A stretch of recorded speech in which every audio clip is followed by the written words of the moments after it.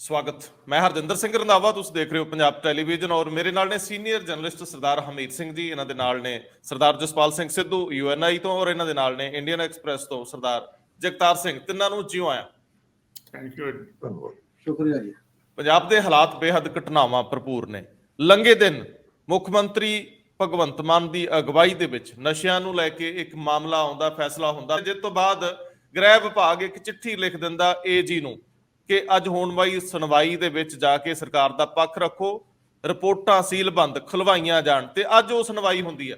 ਸਭ ਤੋਂ ਪਹਿਲਾਂ ਤੁਹਾਡੀ ਸਾਂਝ ਪਵਾਵਾਂਗੇ ਕਿ ਅਦਾਲਤੀ ਪ੍ਰਕਿਰਿਆ ਦੇ ਦੌਰਾਨ ਕੀ ਕੁਝ ਹੁੰਦਾ ਹੈ, ਕਿ ਕਿਵੇਂ ਇਹ ਰਿਪੋਰਟਾਂ ਨਹੀਂ ਖੁੱਲੀਆਂ, ਸਰਕਾਰ ਦਾ ਪੱਖ ਕੀ ਰਿਹਾ, ਕਿਸ ਤਰੀਕੇ ਨਾਲ ਸੁਣਵਾਈ ਅੱਗੇ ਵਧੀ ਔਰ ਕੀ ਇੱਥੋਂ ਕੋਈ ਕੰਟੈਂਪਟ ਵੀ, ਕੋਰਟ ਦੀ ਕੰਟੈਂਪਟ ਜਿਹੜੀ ਹੈ ਉਹ ਵੀ ਇਸ ਤਰ੍ਹਾਂ ਦਾ ਕੋਈ ਨੋਟਿਸ ਇਸ਼ੂ ਹੋਇਆ ਜਾਂ ਹੋਣ ਵਾਲਾ। ਇਹ ਸਾਰੇ ਸਵਾਲ ਬਹੁਤ ਅਹਿਮ ਹੋ ਗਏ ਅੱਜ ਦੇ ਦਿਨ ਦੇ ਵਿੱਚ, ਜਦੋਂ ਕਿ ਟਿਕਟਕ ਹੀ ਲਾ ਕੇ ਪੂਰਾ ਪੰਜਾਬ ਦੇਖ ਰਿਹਾ ਸੀਗਾ। ਅੱਜ ਅਕਾਲੀ ਦਲ ਦੇ ਦੋ ਸਾਬਕਾ MLA ਔਰ ਹੁਣ ਮੌਜੂਦਾ ਦੌਰ ਦੇ ਵਿੱਚ ਸਰਗਰਮ ਆਗੂ ਬੋਨੀ ਅਜਨਾਲਾ ਇਹ ਅਕਾਲੀ ਦਲ ਨੂੰ ਛੱਡ ਜਾਂਦੇ ਨੇ। ਔਰ ਇਸ ਤੋਂ ਪਹਿਲਾਂ ਕੱਲ ਕੱਢਤਾ ਗਿਆ ਸੀ ਕਰਨੈਲ ਸਿੰਘ ਪੰਜੋਲੀ ਨੂੰ। ਅਕਾਲੀ ਦਲ ਬਿਲਕੁਲ ਤਾਜ਼ਾ ਦਮ ਇਹ ਸਾਰੀਆਂ ਘਟਨਾਵਾਂ ਦਾ ਗਵਾਹ ਬਣਦਾ ਜਾ ਰਿਹਾ। ਜੋ ਹਾਲਾਤ ਬਣ ਰਹੇ ਆ ਇਹਦੇ ਦੀ ਸਮੀਖਿਆ ਕਰਨ ਦਾ ਯਤਨ ਕਰਦੇ ਆ। ਤੀਜਾ ਮਾਮਲਾ ਕੇਂਦਰ ਸਟੇਟ ਰਿਲੇਸ਼ਨਸ ਨੂੰ ਲੈ ਕੇ, ਸੰਘੀ ਢਾਂਚੇ ਦੀ ਖੂਬਸੂਰਤੀ ਨੂੰ ਲੈ ਕੇ, ਸੰਘੀ ਢਾਂਚੇ ਤੇ ਹੋ ਰਹੇ ਵਾਰ ਨੂੰ ਲੈ ਕੇ, ਆਪਸੀ ਲੜਾਈ ਦੇ ਵਿੱਚ ਪਿਸ ਰਹੇ ਲੋਕਾਂ ਨੂੰ ਲੈ ਕੇ, ਆਰਥਿਕਤਾ ਦੇ ਨਜ਼ਰੀਏ ਤੋਂ ਪੰਜਾਬ ਕਿਸ ਤਰੀਕੇ ਨਾਲ ਪਿਸ ਰਿਹਾ, ਇਹ ਸਾਰੀਆਂ ਗੱਲਾਂ ਨੂੰ ਅੱਗੇ ਵਧਾਉਂਦੇ ਆ। ਸਭ ਤੋਂ ਪਹਿਲਾਂ ਸਰਦਾਰ ਹਮੀਦ ਸਿੰਘ ਜੀ, ਤੁਸੀਂ ਗਵਾਹ ਤਾਂ ਨਹੀਂ ਬਣੇ ਅਦਾਲਤੀ ਪ੍ਰਕਿਰਿਆ ਦੇ, ਪਰ ਤੁਹਾਡੇ ਸੋਰਸਸ ਮੈਨੂੰ ਪਤਾ ਹੈ ਇਹ ਪੁਖਤਾ ਕਰ ਰਹੇ ਆ ਕਿ ਅੰਦਰ ਕੀ ਹੋਇਆ।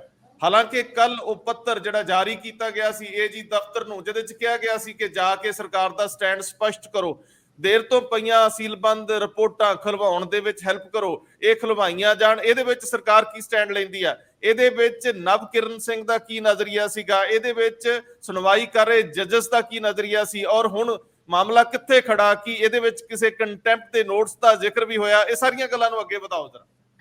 ਅਸਲ 'ਚ ਨਸ਼ੇ ਦਾ ਮੁੱਦਾ ਬਹੁਤ ਕੰਟੀਨਿਊ ਲਗਾਤਾਰ ਮੁੱਦਾ ਕਿੰਨੇ ਸਾਲਾਂ ਤੋਂ ਹਰ ਸਰਕਾਰ ਦੇ ਗਲੇ ਦੀ ਹੱਡੀ ਬਣਿਆ ਹੋਇਆ।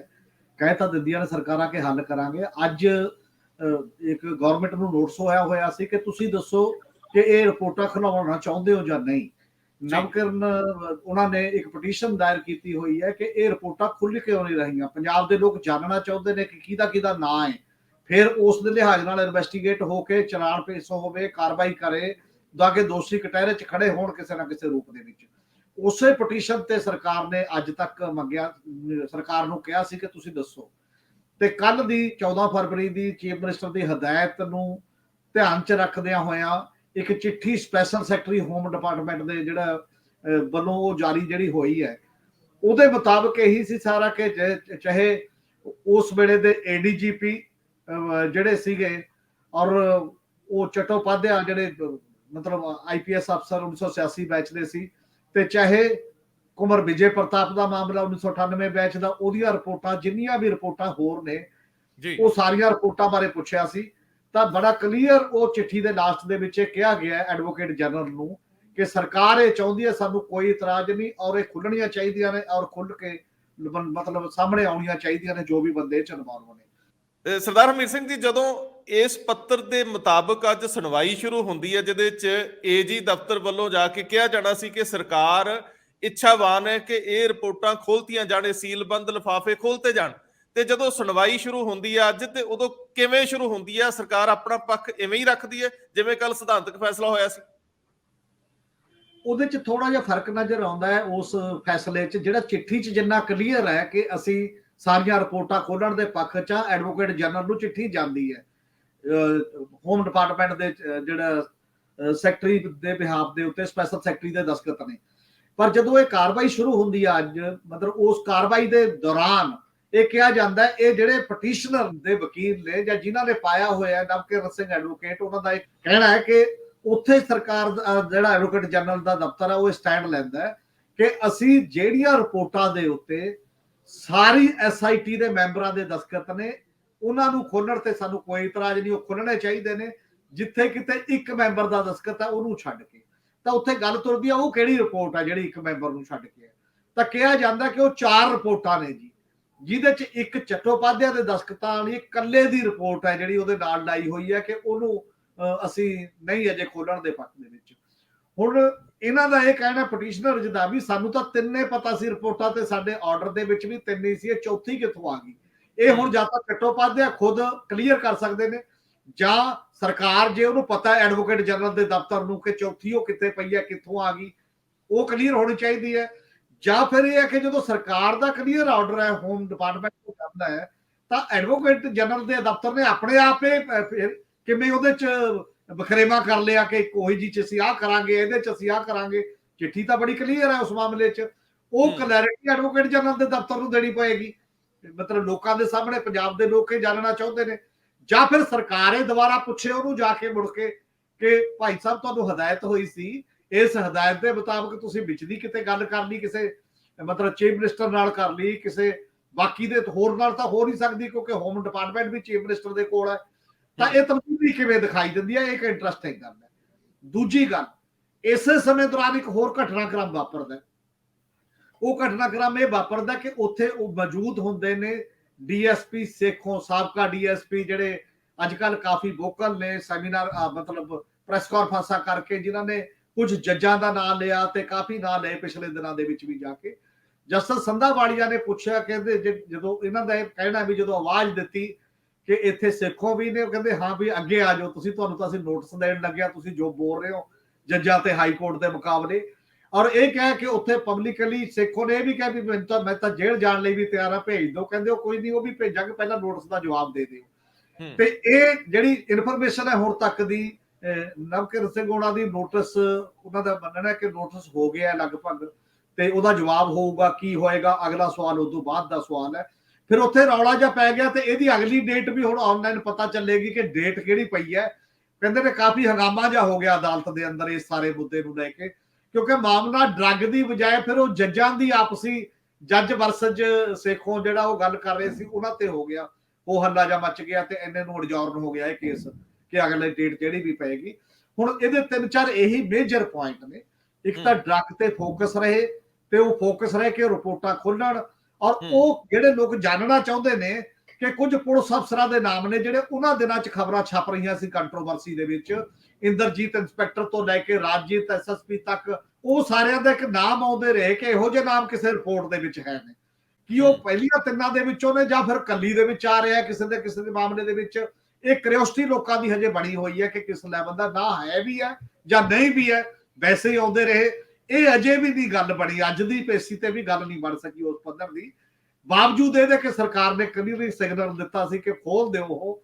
ਤਾਂ ਇਹ ਅੜਚਣ ਆਈ ਕਿੱਥੇ ਹੈ, ਇਹ ਬਹੁਤ ਬੜਾ ਸਵਾਲੀਆ ਨਿਸ਼ਾਨ ਖੜਾ ਹੋ ਗਿਆ।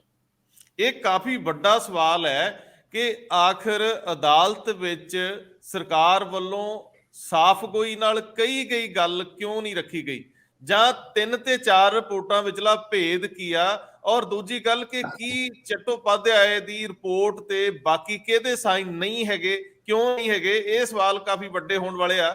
ਪਰ ਉਂਝ ਇਹਦੇ ਤੇ ਸਿਆਸਤ ਪਹਿਲਾਂ ਵੀ ਬਹੁਤ ਹੋਈ ਆ, ਅੱਜ ਫਿਰ ਪੋਲਿਟਿਕਸ ਹੀ ਹੋ ਰਹੀ ਆ। ਅਦਾਲਤ ਦੇ ਵਿੱਚ ਵੀ ਰੌਲੇ ਪੈਣ ਦਾ ਮਤਲਬ ਇਹੀ ਹੁੰਦਾ ਹੈ, ਅਦਰਵਾਈਜ਼ ਇਸ ਗੱਲ ਨੂੰ ਅੱਗੇ ਵਧਣਾ ਇਹ ਬੜਾ ਜ਼ਰੂਰੀ ਸੀਗਾ। ਘੱਟੋ ਘੱਟ ਕੁਛ ਨਾ ਕੁਛ ਕਲੀਅਰ ਤਾਂ ਹੋਵੇ। ਸਰਦਾਰ ਜਗਤਾਰ ਸਿੰਘ ਜੀ, ਮਾਮਲਾ ਇੱਕ ਐਡੀਸ਼ਨ ਕਰ ਦਿੰਦੇ ਇਹਦੇ ਨਾਲ।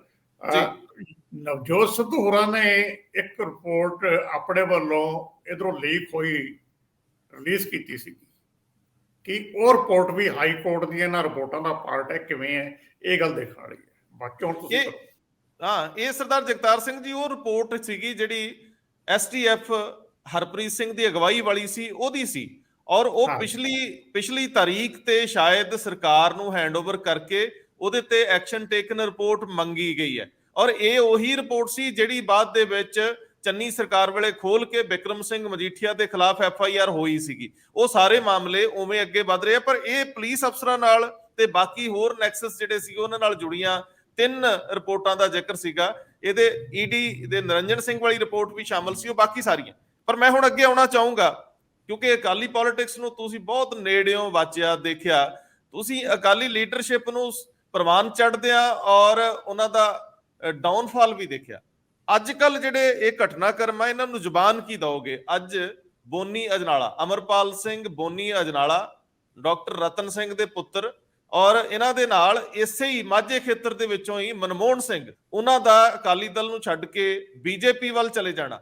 ਔਰ ਬੀਤੇ ਕੱਲ ਹੀ ਕਰਨੈਲ ਸਿੰਘ ਪੰਜੋਲੀ, ਜਿਨ੍ਹਾਂ ਨੂੰ ਪੰਥਕ ਸਭਾ ਦੇ ਵਿੱਚ ਪੰਥਕ ਆਗੂ ਮੰਨਿਆ ਜਾਂਦਾ, ਗੁਰਚਰਨ ਸਿੰਘ ਟੌੜਾ ਜਥੇਦਾਰ ਸਾਹਿਬ ਦੇ ਮਰਹੂਮ ਦੇ ਨੇੜੇ ਰਹੇ ਨੇ। ਔਰ ਇਹ ਵੀ ਗੱਲ ਮੰਨੀ ਜਾਂਦੀ ਹੈ ਕਿ ਪੰਜੋਲੀ ਸਾਹਿਬ ਮੌਕੇ ਦੀ ਨਜਾਕਤ ਅਨੁਸਾਰ ਹੀ ਸਿਆਸਤ ਕਰਦੇ ਰਹੇ, ਲੇਕਿਨ ਇਸ ਵਾਰੀ ਉਹਨਾਂ ਨੂੰ ਬਾਹਰ ਦਾ ਰਸਤਾ ਵਿਖਾਇਆ ਗਿਆ। ਪਹਿਲਾਂ ਉਹ ਵਿਚਲਾ ਰਸਤਾ ਹੀ ਇਖਤਿਆਰ ਕਰਦੇ ਰਹੇ ਆ। ਔਰ ਇਹ ਮੈਨੂੰ ਸਾਰੇ ਘਟਨਾਕ੍ਰਮ ਤੋਂ ਦੱਸਿਓ ਵੀ ਹੁਣ ਅਕਾਲੀ ਦਲ ਦਰਅਸਲ ਲਾਈਨ ਕੀ ਲੈ ਰਿਹਾ? ਉਹ ਔਖੇ ਵੇਲੇ ਸਾਰੇ ਔਖੇ ਫੈਸਲੇ ਲੈ ਲੈਣਾ ਚਾਹੁੰਦਾ, ਜਾਂ ਉਹਨਾਂ ਨੂੰ ਸਮਝ ਨਹੀਂ ਆ ਰਹੀ ਕਿ ਉਹ ਕੀ ਕਰ ਰਹੇ? ਨਹੀਂ, ਸਮਝ ਤਾਂ ਆ ਰਹੀ ਹੈ ਉਹਨਾਂ ਨੂੰ। ਉਹ ਬੜੇ ਕਲੀਅਰ ਆਪਣੇ ਵੱਲੋਂ ਕਿ ਜਿਹੜਾ ਲੀਡਰ ਵੀ ਕੋਈ ਪਾਰਟੀ ਨੂੰ ਰਿਵਾਈਵ ਕਰਨ ਦੀ ਗੱਲ ਕਰੇਗਾ ਤੇ ਉਹਦੇ ਕੀ ਸਟੈਪਸ ਲਏ ਜਾ ਸਕਦੇ ਹੈ, ਉਹਨੂੰ ਬਾਹਰ ਦਾ ਰਸਤਾ ਦਿਖਾ ਦਿਓ। ਖਾਸ ਕਰਕੇ ਪਹਿਲਾਂ ਬੀਬੀ ਜਗੀਰ ਕੌਰ, ਉਹਨਾਂ ਦਾ ਜਿਹੜਾ ਕਲੈਸ਼ ਸੀ ਉਹ ਆਈਡੀਓਲੋਜੀਕਲ ਸੀ ਕਿ ਪਿਛਲੀ ਇਲੈਕਸ਼ਨ ਹਾਰਨ ਤੋਂ ਬਾਅਦ ਉਹ ਉਹਨਾਂ ਲੀਡਰਾਂ ਵਿੱਚੋਂ ਸੀ ਜਿਨ੍ਹਾਂ ਨੇ ਕਿਹਾ ਸੀ ਕਿ ਸੁਖਬੀਰ ਸਿੰਘ ਬਾਦਲ ਨੂੰ ਹੁਣ ਆਪਣਾ ਜ਼ਿੰਮੇਵਾਰੀ ਭੁੱਲਣੀ ਚਾਹੀਦੀ ਹੈ, ਔਰ ਜ਼ਿੰਮੇਵਾਰੀ ਭੁੱਲਣ ਦਾ ਮਤਲਬ ਹੈ ਕਿ ਪ੍ਰਧਾਨਗੀ ਤੋਂ ਅਸਤੀਫਾ ਦੇ ਦੇਣਾ ਚਾਹੀਦਾ ਹੈ।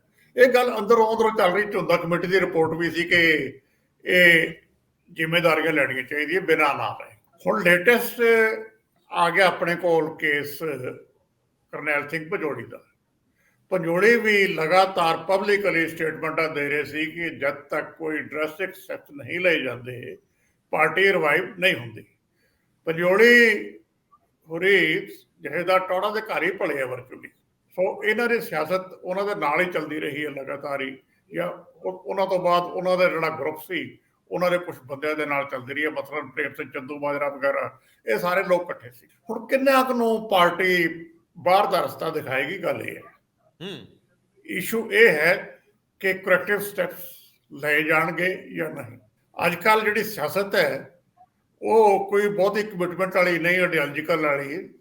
ਇਹ ਬਿਜ਼ਨਸ ਵੀ ਹੈ ਤੇ ਲੋਕਾਂ ਨੇ ਆਪਣਾ ਫਿਊਚਰ ਦੇਖਣਾ। ਜੇ ਇਹਨਾਂ ਦਾ ਫਿਊਚਰ ਇਸ ਪਾਰਟੀ ਦੇ ਵਿੱਚ ਲੋਕਾਂ ਦਾ ਨਹੀਂ ਰਹਿੰਦਾ ਸੁਖਬੀਰ ਸਿੰਘ ਬਾਦਲ ਦੀ ਲੀਡਰਸ਼ਿਪ ਦੇ ਵਿੱਚ, ਤਾਂ ਨੈਚੁਰਲੀ ਉਹ ਹੋਰ ਪਾਰਟੀਆਂ ਹੋਰ ਦੁਕਾਨਾਂ ਤੇ ਜਾਣਗੇ। ਸੋ ਹੁਣ ਉਹੀ ਹੋ ਰਿਹਾ, ਕਿਉਂਕਿ ਹੁਣ ਬੀਜੇਪੀ ਇਹਨਾਂ ਨੂੰ ਸੂਟ ਕਰਦੀ ਹੈ। ਕਾਂਗਰਸ ਦੇ ਵਿੱਚ ਨਾਰਮਲੀ ਨਾਰਮਲੀ ਨਹੀਂ ਜਾਂਦੇ ਹੁੰਦੇ ਹੁਣ, ਅਦਰਵਾਈਜ਼ ਉਹ ਅਨਟੱਚੇਬਿਲਿਟੀ ਵਾਲੀ ਗੱਲ ਤਾਂ ਖਤਮ ਹੋ ਗਈ। ਲੇਕਿਨ ਕਿਉਂਕਿ ਕਾਂਗਰਸ ਵੀ ਹਜੇ ਉੱਭਰਦੀ ਨਜ਼ਰ ਨਹੀਂ ਆ ਰਹੀ ਤੇ ਇੱਕੋ ਦਰਵਾਜ਼ਾ ਖੁੱਲ੍ਹਾ ਹੈ ਇਹਨਾਂ ਵਾਸਤੇ, ਉਹ ਹੈ ਬੀਜੇਪੀ ਦਾ, ਤੇ ਉਹ ਜਾ ਰਹੀ ਹੈ। ਜਦ ਤੱਕ ਬੋਨੀ ਹੋਰਾਂ ਦਾ ਸਵਾਲ ਹੈ ਤੇ ਇਹਨਾਂ ਦਾ ਝਗੜਾ ਬਹੁਤ ਪੁਰਾਣਾ ਚੱਲਦਾ ਆ ਰਿਹਾ। ਖਾਸ ਕਰਕੇ ਵਿਕਰਮ ਮਜੀਠੀਆ ਨਾਲ ਇਹਨਾਂ ਦੀ ਕਿਸੇ ਵੇਲੇ ਟਸਲ ਚੱਲੀ ਸੀ। ਇਸ਼ੂ ਉਹ ਆਪਾਂ ਉਹਦੇ 'ਚ ਨਾ ਹੀ ਜਾਈਏ ਤਾਂ ਜ਼ਿਆਦਾ ਠੀਕ ਹੈ, ਕਿਉਂਕਿ ਉਹ ਇਸ਼ੂ ਆਈਡੀਓਲੋਜੀਕਲ ਨਹੀਂ ਸੀ, ਕਿਸੇ ਹੋਰ ਲੈਵਲ ਤੇ ਸੀ। ਸੋ ਉਹ ਚੱਲਦੀ ਆ ਰਹੀ ਸੀ। ਪਿੱਛੇ ਫਿਰ ਇਹਨਾਂ ਦਾ ਕੰਪਰੋਮਾਈਜ਼ ਵੀ ਹੋ ਗਿਆ, ਹੁਣ ਫਿਰ ਉਹ ਗੱਲ ਟੁੱਟ ਗਈ। ਸੋ ਇਹ ਇਸ਼ੂ ਹੋਰ ਤਰ੍ਹਾਂ। ਲੇਕਿਨ ਦੋ ਜਿਹੜੇ ਕੇਸ ਹੈਗੇ ਆ, ਪੰਜੋਲੀ ਔਰ ਬੀਬੀ ਜਗੀਰ ਕੌਰ, ਇਹ ਸਿਧਾਂਤਕ ਤੌਰ ਤੇ ਅਲੱਗ ਹੋਏ ਹੈ। ਇਹ ਪਾਰਟੀ ਵਾਸਤੇ ਜ਼ਿਆਦਾ ਚਿੰਤਾ ਇਹਨਾਂ ਲੋਕਾਂ ਦੀ ਹੋਣੀ ਚਾਹੀਦੀ ਹੈ ਜਿਹੜੇ ਸਿਧਾਂਤਕ ਤੌਰ ਤੇ ਅਲੱਗ ਹੋ ਰਹੇ ਹੈ। ਤੇ ਕਿਉਂ ਹੋ ਰਹੇ ਹੈ? ਇਹ ਪਾਰਟੀ ਮੇਰੇ ਖਿਆਲ ਵਿਚਾਰ ਕਰਨਾ ਵੀ ਨਹੀਂ ਚਾਹੁੰਦੀ, ਜਦ ਕਿ ਪਤਾ ਹੈ ਜੀ।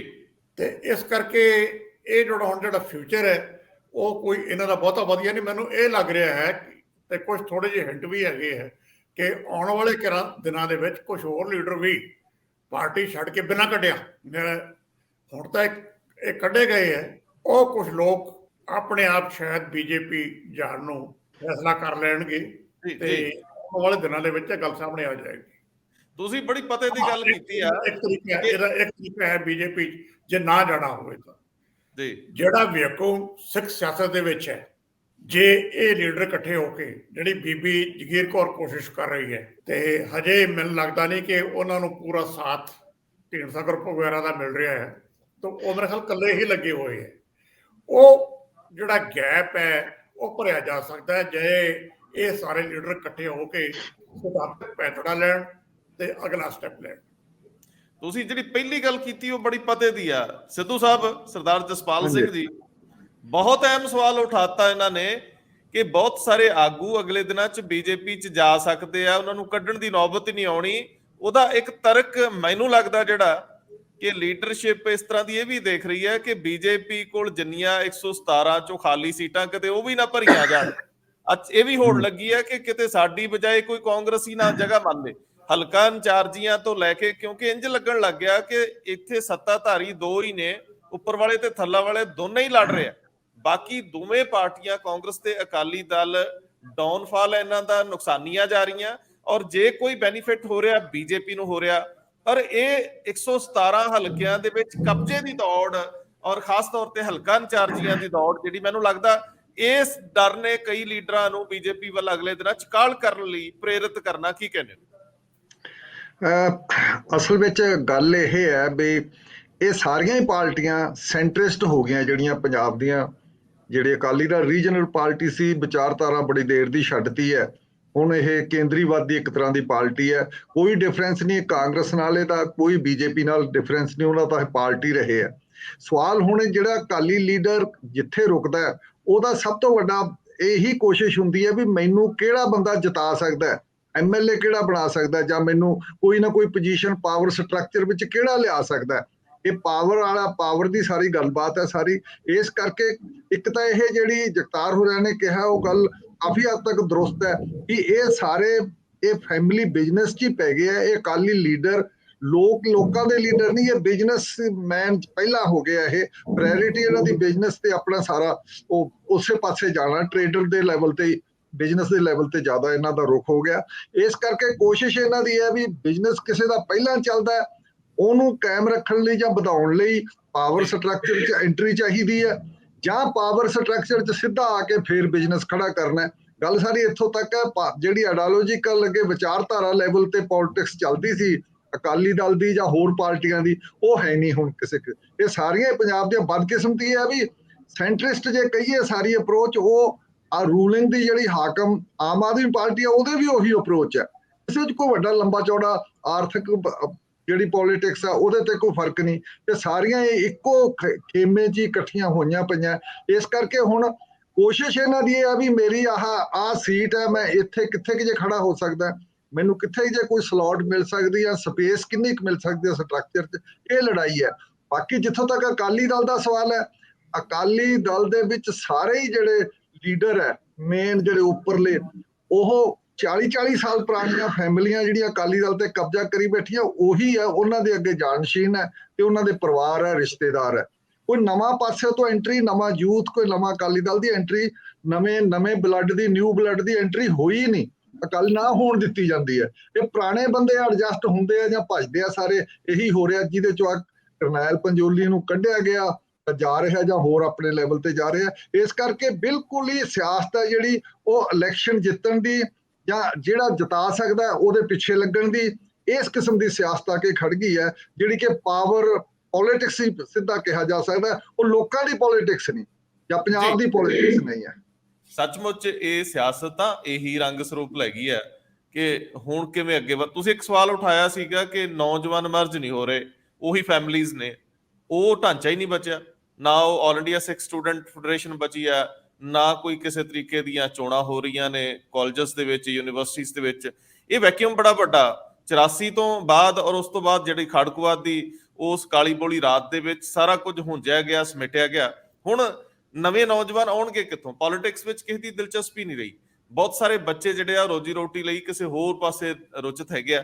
ਸਰਦਾਰ ਹਰਮੀਤ ਸਿੰਘ ਜੀ, ਇਹਦੇ ਉੱਤੇ ਕੋਈ ਗੱਲ ਕਰਨੀ ਤਾਂ ਜ਼ਰੂਰ ਵੈਲਕਮ ਹੈ, ਪਰ ਮੈਨੂੰ ਇਸ ਤੋਂ ਵੀ ਜ਼ਿਆਦਾ ਵੱਡਾ ਜਿਹੜਾ ਇਸ ਵੇਲੇ ਇਸ਼ੂ ਲੱਗ ਰਿਹਾ ਉਹ ਹੈਗਾ ਪੰਜਾਬ ਔਰ ਕੇਂਦਰ ਦੇ ਸਬੰਧਾਂ ਦੇ ਵਿੱਚ ਜਿਹੜੀ ਇਹ ਨਵੀਂ ਖਟਾਸ ਪੈ ਗਈ ਆ। ਇਹ ਟਕਰਾਅ ਕਿਸੇ ਹੋਰ ਦਿਸ਼ਾ ਨੂੰ ਵੱਧ ਰਿਹਾ, ਇਹਦਾ ਨੁਕਸਾਨ ਪੰਜਾਬੀਆਂ ਨੂੰ ਝੱਲਣਾ ਪੈਣਾ। ਇੰਜ ਲੱਗ ਰਿਹਾ ਕਿ ਗਵਰਨਰ ਬਨਾਮ ਮੁੱਖ ਮੰਤਰੀ ਇੱਥੋਂ ਤੱਕ ਸੀਮਤ ਨਹੀਂ ਰਹੀ ਗੱਲ। ਬੀਤੇ 2 ਦਿਨ ਦੇ ਵਿੱਚ ਕੁਝ ਐਸੇ ਸੰਕੇਤ ਮਿਲ ਰਹੇ ਆ ਕਿ ਕੇਂਦਰ ਕਈ ਮਾਮਲਿਆਂ ਦੇ ਵਿੱਚ ਸ਼ਾਇਦ ਸਟੇਟ ਨੂੰ ਸਪੋਰਟ ਨਹੀਂ ਕਰੇਗਾ। ਆਮ ਤੌਰ ਤੇ ਬੋਲਣ ਦੀ ਲੋੜ ਨਹੀਂ ਹੁੰਦੀ, ਇਹਦੇ ਵਿੱਚ ਮੈਨੂੰ ਲੱਗਦਾ ਕਿ ਸਟੇਟ ਨੂੰ ਮਿਲਣ ਵਾਲੀ ਮਦਦ ਤੇ ਕੈਂਚੀ ਚੱਲੂਗੀ, ਸਟੇਟ ਨੂੰ ਮਿਲਣ ਵਾਲੀਆਂ ਸਹੂਲਤਾਂ ਦੇ ਉੱਤੇ ਚੁੱਪ ਵੱਟ ਲਈ ਜਾਊਗੀ। ਬਾਰ-ਬਾਰ ਦਿੱਲੀ ਦੇ ਗੇੜਿਆਂ ਦੇ ਬਾਵਜੂਦ ਮਦਦ ਨਹੀਂ ਮਿਲੂਗੀ। ਹੈਲਥ ਨੂੰ ਲੈ ਕੇ, 1-2 ਹੋਰ ਸੈਕਟਰਸ ਨੂੰ ਲੈ ਕੇ ਆਉਂਦੇ ਦਿਨਾਂ 'ਚ ਬਜਟ ਆਉਣ ਵਾਲਾ, ਬਜਟ ਵਿੱਚ ਕੇਂਦਰੀ ਸਕੀਮਸ ਦੀਆਂ ਪ੍ਰੋਵੀਜ਼ਨਸ ਹੁੰਦੀਆਂ, ਉਹਦੇ ਨਾਲ ਮੈਚਿੰਗ ਗ੍ਰਾਂਟਸ ਤੋਂ ਲੈ ਕੇ ਕਈ ਮਾਮਲੇ ਬਜਟ ਬਣਨ ਵੇਲੇ ਧਿਆਨ 'ਚ ਹੁੰਦੇ ਆ। ਕਈ ਚੀਜ਼ਾਂ ਪ੍ਰਭਾਵਿਤ ਹੋਣਗੀਆਂ। ਇੱਕ ਵਾਰੀ ਮੈਨੂੰ ਇਹ ਗੱਲ ਤੋੜ ਕੇ ਦੱਸਿਓ। ਹਾਲਾਂਕਿ ਕਿਸੇ ਸਿਆਣੇ ਬੰਦੇ ਨੇ ਮੈਨੂੰ ਇਹ ਕਿਹਾ ਕਿ ਜਿਹੜਾ ਸਵਾਲ ਮੁੱਖ ਮੰਤਰੀ ਸਾਹਿਬ ਨੇ ਪੁੱਛਿਆ ਕਿ ਗਵਰਨਰ ਕਿਵੇਂ ਲੱਗਦੇ ਆ, ਦੱਸਿਓ ਜ਼ਰਾ ਇਹ ਚੋਣ ਕਿਵੇਂ ਹੁੰਦੀ ਹੈ। ਇਹ ਟੋਟਲ ਪ੍ਰੈਜ਼ੀਡੈਂਟ ਦੇ ਪਲੇਅਰ ਤੇ ਹੁੰਦੀ ਹੈ। ਕੋਈ ਸ਼ਾਇਦ ਧਾਰਾ ਕੋਈ 155 ਕੋਈ ਐਕਟ ਦੀ ਮੱਧ ਹੈਗੀ ਜਿਹਦੇ ਵਿੱਚ ਲਿਖਿਆ ਹੋਇਆ, ਥੋੜਾ ਜਿਹਾ ਇਹ ਵੀ ਹਵਾਲਾ ਦੇ ਦਿਓ। ਪਤਾ ਲੱਗਿਆ ਹੈ ਕਿ ਇਹਨੂੰ ਵੀ, ਇਹਦਾ ਵੀ ਬਹੁਤ ਬੁਰਾ ਮਨਾਇਆ ਗਿਆ, ਇਹਦਾ ਉੱਪਰਲੀ ਸੱਤਾ ਵਿੱਚ ਬੁਰਾ ਮਨਾਇਆ ਗਿਆ। ਇਹਦਾ ਢੁਕਵਾਂ ਜਵਾਬ ਦੇਣਾ ਜਾਂ ਜਵਾਬ ਚੁੱਪ ਕਰਕੇ ਦੇਣਾ, ਇਹ ਰਣਨੀਤੀ ਵੀ ਬਣਾਈ ਜਾ ਰਹੀ ਹੈ। ਗੱਲ ਤੋਰੋ ਜ਼ਰਾ, ਇਹਨੂੰ ਪੂਰੇ ਰਾਉਂਡ ਦੇ ਵਿੱਚ ਲੈ ਕੇ ਚੱਲਦੇ ਹਾਂ ਜੀ। ਅਸਲ 'ਚ ਜਿਹੜਾ ਗਵਰਨਰ ਤੇ ਚੀਫ ਮਿਨਿਸਟਰ ਦਾ ਖਤੋ ਖਤਾਬਤ ਹੈ ਓਪਨਲੀ, ਇਹ ਤਾਂ ਇਹੀ ਹੈ ਕਿ ਜਿਹੜਾ ਸਵਾਲ ਚੀਫ ਮਿਨਿਸਟਰ ਨੇ ਪੁੱਛਿਆ ਕਿ ਤੁਹਾਨੂੰ ਕਿਵੇਂ ਚੁਣਿਆ ਜਾਂਦਾ, ਇਹ ਸਵਾਲ ਗਵਰਨਰ ਨੂੰ ਤਾਂ ਬਣਦਾ ਹੀ ਨਹੀਂ। ਇਹ ਤਾਂ ਰਾਸ਼ਟਰਪਤੀ ਨੂੰ ਭੇਜਦੇ ਜਾਂ ਯੂਨੀਅਨ ਕੈਬਨਿਟ ਨੂੰ ਭੇਜਦੇ ਕਿ ਕਿਵੇਂ ਚੁਣਿਆ ਜਾਣਾ ਹੈ। ਬਿਲਕੁਲ ਤੁਸੀਂ ਠੀਕ ਕਿਹਾ ਕਿ ਜਿਹੜਾ 155 ਆਰਟੀਕਲ ਹੈ ਕਨਸਟੀਟਿਊਸ਼ਨ ਦਾ, ਉਹਦੇ 'ਚ ਲਿਖਿਆ ਕਿ ਗਵਰਨਰ ਡਿਸਾਈਡ ਕਰਦਾ, ਤੇ ਪਰ ਨਾਲ ਦੋ ਸ਼ਰਤਾਂ ਲਿਖੀਆਂ ਨੇ। ਇੰਡੀਆ ਦਾ ਨਾਗਰਿਕ, ਪ੍ਰੈਜ਼ੀਡੈਂਟ, ਹਾਂਜੀ ਹਾਂ ਪ੍ਰੈਜ਼ੀਡੈਂਟ, ਰਾਸ਼ਟਰਪਤੀ ਡਿਸਾਈਡ ਕਰਦਾ ਗਵਰਨਰ ਲਈ। ਦੋ ਹੀ ਸ਼ਰਤਾਂ ਨੇ ਮੇਨ। ਇੱਕ ਸ਼ਰਤ ਇਹ ਹੈ ਕਿ ਉਹ 35 ਸਾਲ ਤੋਂ ਘੱਟ ਉਮਰ ਦਾ ਨਾ ਹੋਵੇ, ਤੇ ਦੂਜੀ ਗੱਲ ਤਾਂ ਉਹ ਇੰਡੀਆ ਦਾ ਨਾਗਰਿਕ ਹੋਵੇ। ਇਹ ਦੋ ਗੱਲਾਂ ਉਸੇ ਮਤਲਬ ਜਿਹੜਾ ਆਰਟੀਕਲ ਦੇ ਅੰਦਰ ਆਉਂਦੀਆਂ ਨੇ ਕਿ ਉਹਨੇ ਇਸ ਦਾਇਰੇ ਦੇ ਵਿੱਚ ਰਹਿਣਾ। ਪਰ ਪ੍ਰੈਕਟਿਸ ਸਭ ਦੇ ਸਾਹਮਣੇ ਹੈ। ਡਿਸਾਈਡ ਪ੍ਰਾਈਮ ਮਿਨਿਸਟਰ ਕਰਦਾ, ਜਾਂ ਕੈਬਨਿਟ ਕਰਦੀ ਹੈ, ਜਾਂ ਹੋਮ ਮਿਨਿਸਟਰੀ ਰਲ ਕੇ ਕਰਦੀ ਹੈ, ਤੇ ਪ੍ਰੈਜ਼ੀਡੈਂਟ ਮੋਹਰ ਲਾਉਂਦਾ ਉਹਦੇ ਤੇ ਉਸ ਤਰੀਕੇ ਦੇ ਨਾਲ ਗਵਰਨਰ ਲੱਗ ਰਹੇ ਨੇ ਜਿਹੜੇ ਵੀ ਬਾਕੀ ਸਾਡੇ ਜਿਹੜੇ ਡੈਮੋਕ੍ਰੈਟਿਕ ਸੈਟਅਪ ਦੇ ਵਿੱਚ ਨੇ। ਇਹ ਆ ਉਹਨਾਂ ਦੀ ਕੁਆਲੀਫਿਕੇਸ਼ਨ। ਤੇ ਹੁਣ ਕੁਆਲੀਫਿਕੇਸ਼ਨ ਇੱਕ ਤੈਅ ਕਰਤੀ ਹੈ, ਉਹਦੇ ਚ ਕੱਲੀ ਐ ਤਾਂ ਨਹੀਂ ਵੀ ਤੂੰ 10ਵੀਂ ਪਾਸ ਹੈ, 5ਵੀਂ ਪਾਸ ਹੈ, ਇੰਨੇ ਵੀ ਪਾਸ ਹੈ। ਇਹ ਤਾਂ ਇੱਕ ਅਲੱਗ ਟਾਈਪ ਦੀ ਗੱਲ ਹੁੰਦੀ ਹੈ ਉਸ ਪੱਧਰ ਦੇ ਉੱਤੇ। ਪਰ ਜਿਹੜਾ ਸੈਂਟਰ ਸਟੇਟ ਰਿਲੇਸ਼ਨ ਦਾ ਸਵਾਲ ਹੈ, ਇਹ ਨਵਾਂ ਨਹੀਂ, ਬੜਾ ਪੁਰਾਣਾ ਹੈ। ਹੁਣ ਤਾਜ਼ੀਆਂ ਜਿਹੜੀਆਂ ਘਟਨਾਵਾਂ ਵਾਪਰ ਰਹੀਆਂ ਨੇ, ਤਾਜ਼ੀ ਘਟਨਾ ਇਹ ਹੈ ਕਿ ਉਹਨੇ ਜਿਹੜੇ ਇਹਨਾਂ ਨੇ ਮੁਹੱਲਾ ਕਲੀਨਿਕ ਬਣਾਏ ਨੇ, ਜਿਹੜਾ NHRM ਦੇ ਤਹਿਤ ਬਜਟ ਆਉਂਦਾ ਸਟੇਟਾਂ ਨੂੰ ਕਿ ਤੁਸੀਂ ਹੈਲਥ ਦੇ ਮਾਮਲੇ ਦੇ ਵਿੱਚ ਤੁਹਾਨੂੰ ਇੰਨੀ ਸਪੋਰਟ ਕਰਾਂਗੇ। ਹਾਲਾਂਕਿ ਉਹ 60-40 ਦੀ ਰੇਸ਼ੋ ਵਾਲੀ ਸਕੀਮ ਹੈ। ਇੱਕ ਤਾਂ ਸਕੀਮਾਂ ਸਾਰੀਆਂ 60-40 ਤੇ ਚਲੀਆਂ ਗਈਆਂ ਨੇ, ਹੁਣ 90-10 75-25 ਤੇ ਉਹ ਜਿਹੜੀਆਂ ਖਤਮ ਹੋ ਗਈਆਂ ਨੇ। 60-40 ਤੇ 50 ਤੇ 50 ਤੇ ਵੀ ਚਲੀਆਂ ਗਈਆਂ ਨੇ ਕਿ ਇਹ ਅਜੇ ਵੀ 60-40 ਵਾਲੀ ਹੈ। ਇਹਦੇ ਚ 438 ਕਰੋੜ ਰੁਪਈਆ ਗਵਰਨਮੈਂਟ ਆਫ ਇੰਡੀਆ ਨੇ ਜਾਰੀ ਕਰਤਾ ਹੈ, ਪਰ ਉਹ ਕਹਿੰਦੇ 546 ਕਰੋੜ ਰੁਪਈਆ ਉਦੋਂ ਅਸੀਂ ਨਹੀਂ ਜਾਰੀ ਕਰਦੇ ਕਿਉਂਕਿ ਤੁਸੀਂ ਰੂਲਸ ਦੀ ਵਾਇਲੇਸ਼ਨ ਕੀਤੀ ਹੈ। ਤੁਸੀਂ ਜਿਹੜੀਆਂ ਐਸਟੈਬਲਿਸ਼ਡ ਡਿਸਪੈਂਸਰੀ ਤੇ ਹਸਪਤਾਲ ਸਿਸਟਮ ਹੈ ਉਹਦਾ ਪੈਸਾ ਡਾਇਵਰਟ ਕਰਕੇ ਤੁਸੀਂ ਮੁਹੱਲਾ ਕਲੀਨਿਕ ਦੇ ਨਾਂ ਤੇ ਆਪਣੇ ਤਰੀਕੇ ਦੇ ਨਾਲ ਉਹਨੂੰ ਖਰਚ ਕਰ ਰਹੇ ਹੋ, ਤੇ ਜਿੱਥੇ ਲੋਕਾਂ ਨੂੰ ਫਾਇਦਾ ਨਹੀਂ ਹੋ ਰਿਹਾ ਫੰਡ ਡਾਇਵਰਟ ਕਰ ਰਹੇ ਹੋ। ਔਰ ਇਹੋ ਜਿਹਾ ਇੱਕ ਗੱਲ ਆਈ ਸੀ ਪੰਜਾਬ ਨਾਲ, ਪਹਿਲਾਂ ਵੀ ਇੱਕ ਕਲੈਸ਼ ਚ ਆਈ ਸੀ ਗਵਰਨਮੈਂਟ, ਜਦੋਂ UPA ਗਵਰਨਮੈਂਟ ਸੀ, ਡਾਕਟਰ ਮਨਮੋਹਨ ਸਿੰਘ ਦੀ ਸਰਕਾਰ ਸੀ। 2011 ਦਾ ਘਟਨਾਕ੍ਰਮ ਹੈ। ਉਹਨਾਂ ਨੇ ਪੂਰੇ ਪ੍ਰਦੇਸ਼ਾਂ ਦੇ ਵਿੱਚ ਐਂਬੂਲੈਂਸਾਂ 108 ਐਂਬੂਲੈਂਸਾਂ 108 ਨੰਬਰ ਜਿਹੜਾ ਹੈ ਕਿ ਮੁਫਤ ਬੰਦਾ ਕਰੇਗਾ ਤੇ ਉਹਨੂੰ ਚੱਕ ਕੇ ਲੈ ਜਾ ਕਰੇਗੀ, ਉਹ ਸਾਰਾ ਸੁਵਿਧਾ ਕੀਤੀ ਸੀ। ਉਦੋਂ ਪੰਜਾਬ ਨੇ ਕਿਹਾ ਸੀ ਕਿ ਸਾਡੇ ਚੀਫ ਮਿਨਿਸਟਰ ਦੀ ਫੋਟੋ ਲੱਗੂ, ਪ੍ਰਕਾਸ਼ ਸਿੰਘ ਬਾਦਲ ਦੀਆਂ ਫੋਟੋਆਂ ਲਾਤੀਆਂ ਸੀ ਸਾਰੇ ਐਂਬੂਲੈਂਸ ਦੇ ਉੱਤੇ। ਕੇਂਦਰ ਨੇ ਕਿਹਾ ਸੀ ਕਿ ਕੇਂਦਰੀ ਸਕੀਮ ਹੈ, ਕੇਂਦਰ ਦਾ ਨਾਰਮ ਹੈ, ਚੀਫ ਮਿਨਿਸਟਰ ਦੀ ਫੋਟੋ ਨਹੀਂ ਲੱਗ ਸਕਦੀ, ਜੇ ਲੱਗਣੀ ਆ ਤਾਂ ਪ੍ਰਾਈਮ ਮਿਨਿਸਟਰ ਦੀ ਲੱਗੇਗੀ। ਪੰਜਾਬ 'ਚ ਇਹਦਾ ਬਹੁਤ ਰੌਲਾ ਪਿਆ ਸੀ। ਪੰਜਾਬ ਦੇ ਯੂਥ ਕਾਂਗਰਸੀਆਂ ਦੇ ਪਰਚੇ ਦਰਜ ਹੋਏ, ਉਹ ਬਾਦਲ ਦੀ ਫੋਟੋ ਲਾ ਦਿਆ ਕਰਨ, ਪੁਲਿਸ ਪਰਚਾ ਦਰਜ ਕਰ ਦਿਆ ਕਰੇ, ਲੰਮਾ ਸਮਾਂ ਚੱਲਿਆ। ਕੇਂਦਰ ਨੇ ਕਹਿਤਾ ਕਿ ਅਸੀਂ ਇਸ ਸਕੀਮ 'ਚ ਫੰਡ ਨਹੀਂ ਦਿਆਂਗੇ, ਫਿਰ ਪੰਜਾਬ ਪੇ ਕਰੇ। ਫੋਟੋ ਕਿੰਨੀ ਪਿਆਰੀ ਹੁੰਦੀ ਹੈ, ਜਿਵੇਂ ਅੱਜ ਵੀ ਹੈ। ਉਦੋਂ ਵੀ ਅਕਾਲੀ ਸਰਕਾਰ ਨੇ ਫੈਸਲਾ ਲੈ ਲਿਆ ਸੀ ਵੀ ਇਹਦੇ ਪੈਸੇ ਅਸੀਂ ਖੁਦ ਖਰਚ ਦਾਂਗੇ, ਪਰ ਫੋਟੋ ਸਾਡੇ ਚੀਫ ਮਿਨਿਸਟਰ ਦੀ ਰਹੂਗੀ। ਕੀ ਹੁਣ ਆਮ ਆਦਮੀ ਪਾਰਟੀ ਵੀ ਇਹ ਸਟੈਂਡ ਲਊਗੀ ਕਿ ਮੁਹੱਲਾ ਕਲੀਨਿਕ ਸਾਨੂੰ ਬਹੁਤ ਪਿਆਰੇ ਨੇ, ਅਸੀਂ 546 ਕਰੋੜ ਨਹੀਂ ਲਵਾਂਗੇ, ਸਾਨੂੰ ਨਹੀਂ ਚਾਹੀਦਾ, ਪਰ ਉੱਥੇ ਭਗਵੰਤ ਮਾਨ ਦੀ ਫੋਟੋ ਤੇ ਨਾਮ ਆਮ ਆਦਮੀ ਕਲੀਨਿਕ ਰਹੂਗਾ, ਉਹਦਾ ਨਾਮ ਬਾਕੀ ਜੋ ਮਰਜ਼ੀ ਰਹੇਗਾ। ਹੁਣ ਇੱਥੇ ਆ ਕੇ ਗੱਲ ਖੜੀ ਹੈ, ਤੁਸੀਂ ਉਹ ਰੂਲ ਫੋਲੋ ਕਰੋਗੇ, ਪੈਸੇ ਚਾਹੀਦੇ ਨੇ, ਜਾਂ ਆਪਦੇ ਤਰੀਕੇ ਦੇ ਨਾਲ ਆਪਦਾ ਨਾਮ ਚਾਹੀਦਾ ਤੇ ਉਹ ਨਹੀਂ ਲਓਗੇ। ਹਾਲਾਂਕਿ ਇੱਕ ਗੱਲ ਬੜੀ ਕਲੀਅਰ ਹੈ ਕਿ ਪੈਸੇ ਕੋਈ ਘਰੋਂ ਨਹੀਂ ਲਿਆਉਂਦਾ, ਜੂਨੀਅਰ ਗਵਰਨਮੈਂਟ ਕੋਲੋਂ ਵੀ ਲੋਕਾਂ ਦੇ ਟੈਕਸ ਦੇ ਰੂਪ ਦੇ ਵਿੱਚ ਪੈਸੇ ਜਾਂਦੇ ਨੇ, ਤੇ ਇੱਥੇ ਹੀ ਨਹੀਂ। ਇਹ ਰੀਅਲੀ ਫੈਡਰਲਿਜ਼ਮ ਦੀ ਲੜਾਈ ਹੈ। ਜਾਂ ਤਾਂ ਤੁਸੀਂ ਉਹ ਲੜੋ ਕਿ ਤੁਸੀਂ ਪੈਸੇ ਖੁਦ ਲੈ ਗਏ, ਉਹਨਾਂ ਹਿਸਾਬ ਕਿਤਾਬ ਸਾਨੂੰ ਵੰਡਦੇ ਹੋ, ਫਿਰ ਸਾਨੂੰ ਡਿਕਟੇਟ ਕਰਦੇ ਹੋ, ਇਹ ਪੈਸੇ ਸਾਡੇ ਕੋਲ ਕਿਵੇਂ ਰਹਿਣ, ਸਾਨੂੰ ਫਾਈਨੈਂਸ਼ੀਅਲ ਖੁਦਮੁਖਤਿਆਰੀ ਕਿਵੇਂ ਮਿਲੇ, ਉਹ ਤਾਂ ਹੈਗਾ ਲੰਮਾ ਇੱਕ ਲੜਾਈ ਦਾ ਸਵਾਲ। ਪਰ ਜਿੰਨੇ ਸਮੇਂ ਜਿਹੜਾ ਨਾਰਮ ਹੁੰਦਾ ਉਹਨੂੰ ਤੁਸੀਂ ਫੋਲੋ ਕਰਦੇ ਹੋ। ਇਸੇ ਤਰ੍ਹਾਂ ਤੁਹਾਡਾ ਰੂਰਲ ਡਿਵੈਲਪਮੈਂਟ ਫੰਡ ਹੈ, ਰੂਰਲ ਡਿਵੈਲਪਮੈਂਟ ਫੰਡ 2880 ਕਰੋੜ ਰੁਪਏ ਜਿਹੜੇ ਨੇ, ਔਰ ਉਹ ਗਵਰਨਮੈਂਟ ਆਫ ਇੰਡੀਆ ਰਿਲੀਜ਼ ਨਹੀਂ ਕਰ ਰਹੀ ਇਸ ਰੂਪ ਦੇ ਵਿੱਚ ਕਿ ਉਹਨਾਂ ਦੇ ਮੁਤਾਬਕ ਖਰਚ ਨਹੀਂ ਕਰ ਰਹੇ, ਇੱਧਰ ਉੱਧਰ ਖਰਚ ਕਰ ਰਹੇ ਹੋ। ਤੁਸੀਂ ਆਪਦਾ ਐਕਟ ਵੀ ਅਮੈਂਡ ਕਰ ਲਿਆ ਸਰੈਂਡਰ ਕਰਕੇ, ਜਾਂ ਤਾਂ ਐਕਟ ਤੇ ਤਾਂ ਖੜੇ ਰਹਿੰਦੇ ਕਿ ਸਾਡਾ ਕੰਮ ਹੈ, ਸਾਡਾ ਪੈਸਾ ਹੈ, ਉਹ ਵੀ ਲੜਾਈ ਨਹੀਂ ਲੜੀ, ਤੇ ਹੁਣ ਪੈਸੇ ਵੀ ਨਹੀਂ ਮਿਲ ਰਹੇ, ਤੇ ਕੀ ਕਰੋਗੇ, ਕਿੱਧਰ ਜਾਓਗੇ, ਕਿੱਧਰ ਨਹੀਂ ਜਾਓਗੇ। ਉਹ ਵੀ ਰੁਕਿਆ ਖੜਾ ਪੈਸਾ ਉਸ ਲੈਵਲ ਤੇ। ਪੈਸੇ ਕਿੰਨੇ ਕਨੇ ਦੂਜੇ ਪਾਸੇ ਡੈਟ ਟ੍ਰਾਈਬ ਚ ਫਸਿਆ ਪੰਜਾਬ। 53% ਤੋਂ ਜ਼ਿਆਦਾ GSTP ਤੱਕ ਕਰਜ਼ਾ ਹੋ ਗਿਆ ਪੰਜਾਬ ਦੇ ਸਿਰ, ਜਿਹਦੇ ਸਿਰ ਬਹੁਤ ਜ਼ਿਆਦਾ ਨਹੀਂ ਹੈ। ਇੱਕ ਹੈਗੀਆਂ ਸਕੀਮਾਂ ਦਾ ਸਵਾਲ ਇਹਦੇ ਤੋਂ ਬਿਨਾਂ, ਇਹ 15ਵੇਂ ਫਾਈਨਾਂਸ ਕਮਿਸ਼ਨ ਦੀਆਂ ਗ੍ਰਾਂਟਾਂ ਤੇ ਕੇਂਦਰੀ ਫੰਡ ਚੋਂ 42% ਟੈਕਸ ਜੋ ਰਿਲੀਜ਼ ਹੋਣਾ ਸਟੇਟਾਂ ਨੂੰ, ਇਹ ਅਜੇ ਉਹਦਾ ਮਾਮਲਾ ਹੈ। ਇਹ ਤੋਂ ਬਿਨਾਂ ਡਿਫਰੈਂਟ ਸਕੀਮਾਂ ਨੇ। ਡਿਫਰੈਂਟ ਸਕੀਮਾਂ 'ਚ ਪੰਜਾਬ ਫਾਡੀ ਕਿਉਂ ਰਹਿੰਦਾ? ਕਿਉਂਕਿ ਉਹਨਾਂ ਦੀ ਨੇਚਰ ਹੋਰ ਹੈ। ਨੰਬਰ 1 ਉਹਦਾ ਕ੍ਰਾਈਟੇਰੀਆ ਹੁੰਦਾ ਕਿ ਆਬਾਦੀ ਕਿੰਨੀ ਹੈ ਤੁਹਾਡੇ ਸਟੇਟ ਦੀ। ਨੰਬਰ 2 ਕ੍ਰਾਈਟੇਰੀਆ ਹੁੰਦਾ ਕਿ ਬੈਕਵਰਡਨੈਸ ਕਿੰਨੀ ਹੈ, ਪ੍ਰਤੀ ਵਿਅਕਤੀ ਆਮਦਨ ਕਿੰਨੀ ਹੈ। ਔਰ ਉਹਨਾਂ 'ਚ ਪੰਜਾਬ ਵੈਸੇ ਹੀ ਮਾਰ ਖਾ ਜਾਂਦਾ ਹੈ। ਇੱਕ ਤਾਂ ਆਬਾਦੀ ਵੈਸੇ ਹੀ ਘੱਟ ਹੈ, ਆਬਾਦੀ ਦੀ ਰੇਸ਼ੋ ਵੀ ਉਸ ਲੈਵਲ ਤੇ ਨਹੀਂ ਵੱਧਦੀ। ਉਹ 'ਚ ਯੂਪੀ, ਬਿਹਾਰ, ਮੱਧ ਪ੍ਰਦੇਸ਼, ਬਾਕੀ ਸੂਬੇ ਮੇਨ ਆਉਂਦੇ ਨੇ। ਦੂਜਾ ਤੁਹਾਡੀਆਂ ਨਾਲੀਆਂ ਕੱਚੀਆਂ ਨੇ ਜਾਂ ਪੱਕੀਆਂ ਨੇ, ਸੜਕਾਂ ਪੂਰੀਆਂ ਨੇ ਨਹੀਂ ਪੂਰੀਆਂ, ਪਿੰਡ 'ਚ ਪਾਣੀ ਜਾਂਦਾ ਨਹੀਂ ਜਾਂਦਾ। ਉਹ ਪੰਜਾਬ ਕੋਲ 70ਵੇਂ 80ਵੇਂ ਤੋਂ ਜਾ ਰਿਹਾ ਹੈ, ਉਹਦੇ 'ਚ ਤੁਹਾਡੇ ਨੰਬਰ ਕੱਟ ਜਾਂਦੇ ਨੇ। ਉਹਨਾਂ ਸਕੀਮਾਂ 'ਚੋਂ ਅਸੀਂ ਤਾਂ ਫਾਡੀ ਰਹਿੰਦੇ ਹਾਂ ਕਿਉਂਕਿ ਜਿਹੜੀ ਐਫੀਸ਼ੀਐਂਸੀ ਹੁੰਦੀ ਹੈ ਜਾਂ ਤੁਸੀਂ ਇੱਕ ਚੰਗਾ ਕੰਮ ਕੀਤਾ ਉਹਨੂੰ ਸ਼ਾਬਾਸ਼ ਦੇਣੀ ਹੈ, ਉਹ ਜੂਨੀਅਰ ਗਵਰਨਮੈਂਟ ਦੇ ਖਾਕੇ 'ਚ ਨਹੀਂ ਆ ਰਿਹਾ। ਇਹ ਇੱਕ ਬੜੇ ਵੱਡੇ ਪੱਧਰ ਦੇ ਉੱਤੇ ਅਪਰੋਚ ਦੇ ਸਵਾਲ ਤੇ ਪ੍ਰੈਕਟਿਸ ਦੇ ਸਵਾਲ ਨੇ। ਹੁਣ ਤੁਸੀਂ ਲੜਾਈ ਕਰਕੇ ਚੱਲੋਗੇ ਜਾਂ ਕਿਸ ਤਰੀਕੇ ਦੇ ਨਾਲ ਚੱਲੋਗੇ? ਮੈਨੂੰ ਲੱਗਦਾ ਬੀਜੇਪੀ ਇਹ ਟਰਾਈ ਕਰ ਰਹੀ ਹੈ ਕਿ ਉਹ ਡਬਲ ਇੰਜਨ ਦੀ ਸਰਕਾਰ ਦਾ ਜਿਹੜਾ ਸਲੋਗਨ ਹੈ ਨਾ ਉਹਦਾ, ਉਹ ਇਹ ਦਰਸਾਉਣਾ ਚਾਹੁੰਦੀ ਹੈ ਕਿ ਡਬਲ ਇੰਜਨ ਦੀ ਸਰਕਾਰ ਲਿਆਓ, ਨਹੀਂ ਤਾਂ ਤੁਹਾਨੂੰ ਨਹੀਂ ਦੇਾਂਗੇ ਅਸੀਂ। ਹਾਲਾਂਕਿ ਇਹ ਰਾਜਾਸ਼ਾਹੀ ਨਹੀਂ ਹੈ, ਇਹ ਡੈਮੋਕ੍ਰੇਸੀ ਹੈ। ਡੈਮੋਕ੍ਰੇਸੀ 'ਚ ਡਬਲ ਇੰਜਨ ਕਹਿਣਾ ਇਹ ਅਨਡੈਮੋਕ੍ਰੇਟਿਕ ਐਟੀਟਿਊਡ ਹੈ। ਗਵਰਨਰ ਤੁਹਾਡੀਆਂ ਸਰਕਾਰਾਂ ਦੇ ਵਿੱਚ ਕਿਉਂ ਰੌਲਾ ਨਹੀਂ ਪਾਉਂਦੇ, ਕਿਉਂ ਟੰਗ ਨਹੀਂ ਡਾਉਂਦੇ? ਕੇਵਲ ਆਪੋਜੀਸ਼ਨ ਦੇ ਪਾਰਟੀਆਂ ਦੇ ਹੀ ਕਿਉਂ ਡੰਗ ਡਾ ਰਹੇ ਨੇ? ਇਹਦੇ ਤੋਂ ਵੀ ਦਿਖਾਈ ਦੇ ਰਿਹਾ ਕਿ ਕਿਤੇ ਨਾ ਕਿਤੇ ਦਾਲ ਚ ਕਾਲਾ ਤੁਹਾਡੇ ਪੱਧਰ ਤੇ ਵੀ ਜ਼ਿਆਦਾ ਹੈ, ਨੈਸ਼ਨਲ ਪੱਧਰ ਤੇ, ਕੱਲਾ ਸਟੇਟ ਪੱਧਰ ਤੇ ਨਹੀਂ ਹੈ। ਪਰ ਸਟੇਟ ਗਵਰਨਮੈਂਟ ਨੂੰ ਵੀ ਕਲੀਅਰ ਕੱਟ ਅਪਰੋਚ ਲੈਣੀ ਚਾਹੀਦੀ ਹੈ। ਜਾਂ ਤਾਂ ਲੜਾਈ ਵਿੱਢੋ ਪੋਲੀਟੀਕਲੀ ਫੈਡਰਲਿਜ਼ਮ ਦੇ ਕੁਐਸਚਨ ਤੇ, ਨਹੀਂ 2 ਪੈਰ ਅੱਗੇ 2 ਪੈਰ 4 ਪੈਰ ਪਿੱਛੇ ਦੀ ਜਿਹੜੀ ਇਹ ਤਰੀਕਾਕਾਰ ਹੈ, ਮੇਰਾ ਖਿਆਲ ਹੈ ਪੰਜਾਬ ਦੇ ਫੇਵਰ ਚ ਨਹੀਂ ਜਾਏਗਾ। ਸਰਦਾਰ ਜਗਤਾਰ ਸਿੰਘ ਜੀ, ਇਹ ਮਾਮਲਾ ਇੰਨਾ ਕੁ ਸੈਂਸਿਟਿਵ ਜ਼ਰੂਰ ਆ, ਜਿਵੇਂ ਸਰਦਾਰ ਹਮੀਰ ਸਿੰਘ ਹੋਰਾਂ ਦੇ ਆਖਰੀ ਲਫ਼ਜ਼ ਸੀ ਵੀ ਜਾਂ ਤਾਂ ਫਿਰ ਲੱਤ ਡਾ ਕੇ ਖਲੋ ਜਾਓ ਜਾਂ ਤਾਂ ਫਿਰ ਲੜਾਈ ਲੜੋ। ਲੜਾਈ ਤਾਂ ਕੇਜਰੀਵਾਲ ਸਾਹਿਬ ਨੇ ਵੀ ਨਹੀਂ ਲੜੀ। ਸ਼ੁਰੂਆਤ ਦੇ ਵਿੱਚ ਉਹਨਾਂ ਨੇ ਕਿਹਾ ਸੀਗਾ ਕਿ ਅਸੀਂ ਪੂਰੀ ਸਟੇਟ ਲਈ ਲੜਾਂਗੇ, ਔਰ ਉਸ ਤੋਂ ਬਾਅਦ ਉਹ ਚੁੱਪ ਕਰਕੇ ਭਾਣਾ ਮੰਨ ਗਏ। ਅੱਜ ਦੇ ਦਿਨ ਦੇ ਵਿੱਚ ਉਹ ਲੜਾਈ ਉੱਥੇ ਹੀ ਖੜੀ ਆ, ਔਰ LG ਨੇ ਉਹਨਾਂ ਦਾ ਜੀਣਾ ਦੁੱਭਰ ਕੀਤਾ ਹੋਇਆ ਆਪਣੀਆਂ ਸ਼ਕਤੀਆਂ ਦੇ ਨਾਲ। ਸੁਪਰੀਮ ਕੋਰਟ 'ਚ ਵੀ ਉਹ ਕੇਸ ਗਿਆ ਕਿ ਕੌਣ ਤਾਕਤਵਰ। ਲੇਕਿਨ ਪੰਜਾਬ ਦੇ ਵਿੱਚ ਜੇਕਰ ਸਿਰਫ ਤੇ ਸਿਰਫ ਤੁਸੀਂ ਟਪਲਾ ਪਾਉ ਨੀਤੀ ਦੇ ਨਾਲ ਹੀ ਚੱਲਣਾ ਹੈ ਕਿ ਚਿੱਠੀ ਲਿਖ ਦਿਓ ਔਰ ਵੀ ਸੋਚੇ ਬਿਨਾ ਕਿ ਕੱਲ ਨੂੰ ਇਹੀ ਚਿੱਠੀ ਤੁਹਾਡੇ ਖਿਲਾਫ ਕਿੱਥੇ ਕਿੱਥੇ ਵਰਤੀ ਜਾਊਗੀ, ਬਜਾਏ ਇਹਦੇ ਕਿ ਤੁਸੀਂ ਸਿੱਧਾ, ਕੁਦਰਤੀ ਤੌਰ ਤੇ ਪੰਜਾਬ ਦਾ ਸੁਭਾਅ ਰਿਹਾ ਇਹ ਸਟਰਗਲ ਕਰਦਾ ਹੈ ਇਹ ਢਾਂਚੇ ਲਈ, ਤੁਸੀਂ ਸਾਰੀਆਂ ਇਸ ਤਰ੍ਹਾਂ ਦੀਆਂ ਪੀੜਤ ਧਿਰਾਂ ਨੂੰ ਇਕੱਠਿਆਂ ਕਰ ਸਕਦੇ ਹੋ। ਤੁਸੀਂ ਸਟਾਲਨ ਨਾਲ ਗੱਲ ਕਰ ਸਕਦੇ ਹੋ, ਮਮਤਾ ਨਾਲ ਗੱਲ ਕਰ ਸਕਦੇ ਹੋ। ਤੁਸੀਂ ਇਸੇ ਤਰੀਕੇ ਨਾਲ ਕਈ ਥਾਵਾਂ ਤੇ ਕੇਰਲ ਦੇ ਵਿੱਚ, ਔਰ ਇਹ ਜਿੱਥੇ ਜਿੱਥੇ ਵੀ ਝਮੇਲੇ ਖੜੇ ਹੋਏ ਆ, ਤੁਸੀਂ ਸਾਰਿਆਂ ਨਾਲ ਇੱਕ ਪੂਰੀ ਤਰ੍ਹਾਂ ਇੱਕ ਗਰੁੱਪ ਦੇ ਵਿੱਚ ਚੱਲ ਕੇ ਅੱਗੇ ਵੱਧ ਸਕਦੇ ਸੀ। ਮੈਨੂੰ ਲੱਗਦਾ ਇੱਥੇ ਵੀ ਥੋੜੀ ਕੱਚ ਘਰੜ ਰਣਨੀਤੀ ਵੀ ਅਪਣਾਈ ਗਈ ਆ। ਸਰਦਾਰ ਜਗਤਾਰ ਸਿੰਘ, ਫੈਡਰਲ ਢਾਂਚੇ ਦੇ ਨਜ਼ਰੀਏ ਤੋਂ ਆਪਣਾ ਪੱਖ ਦਿਓ ਜਰਾ।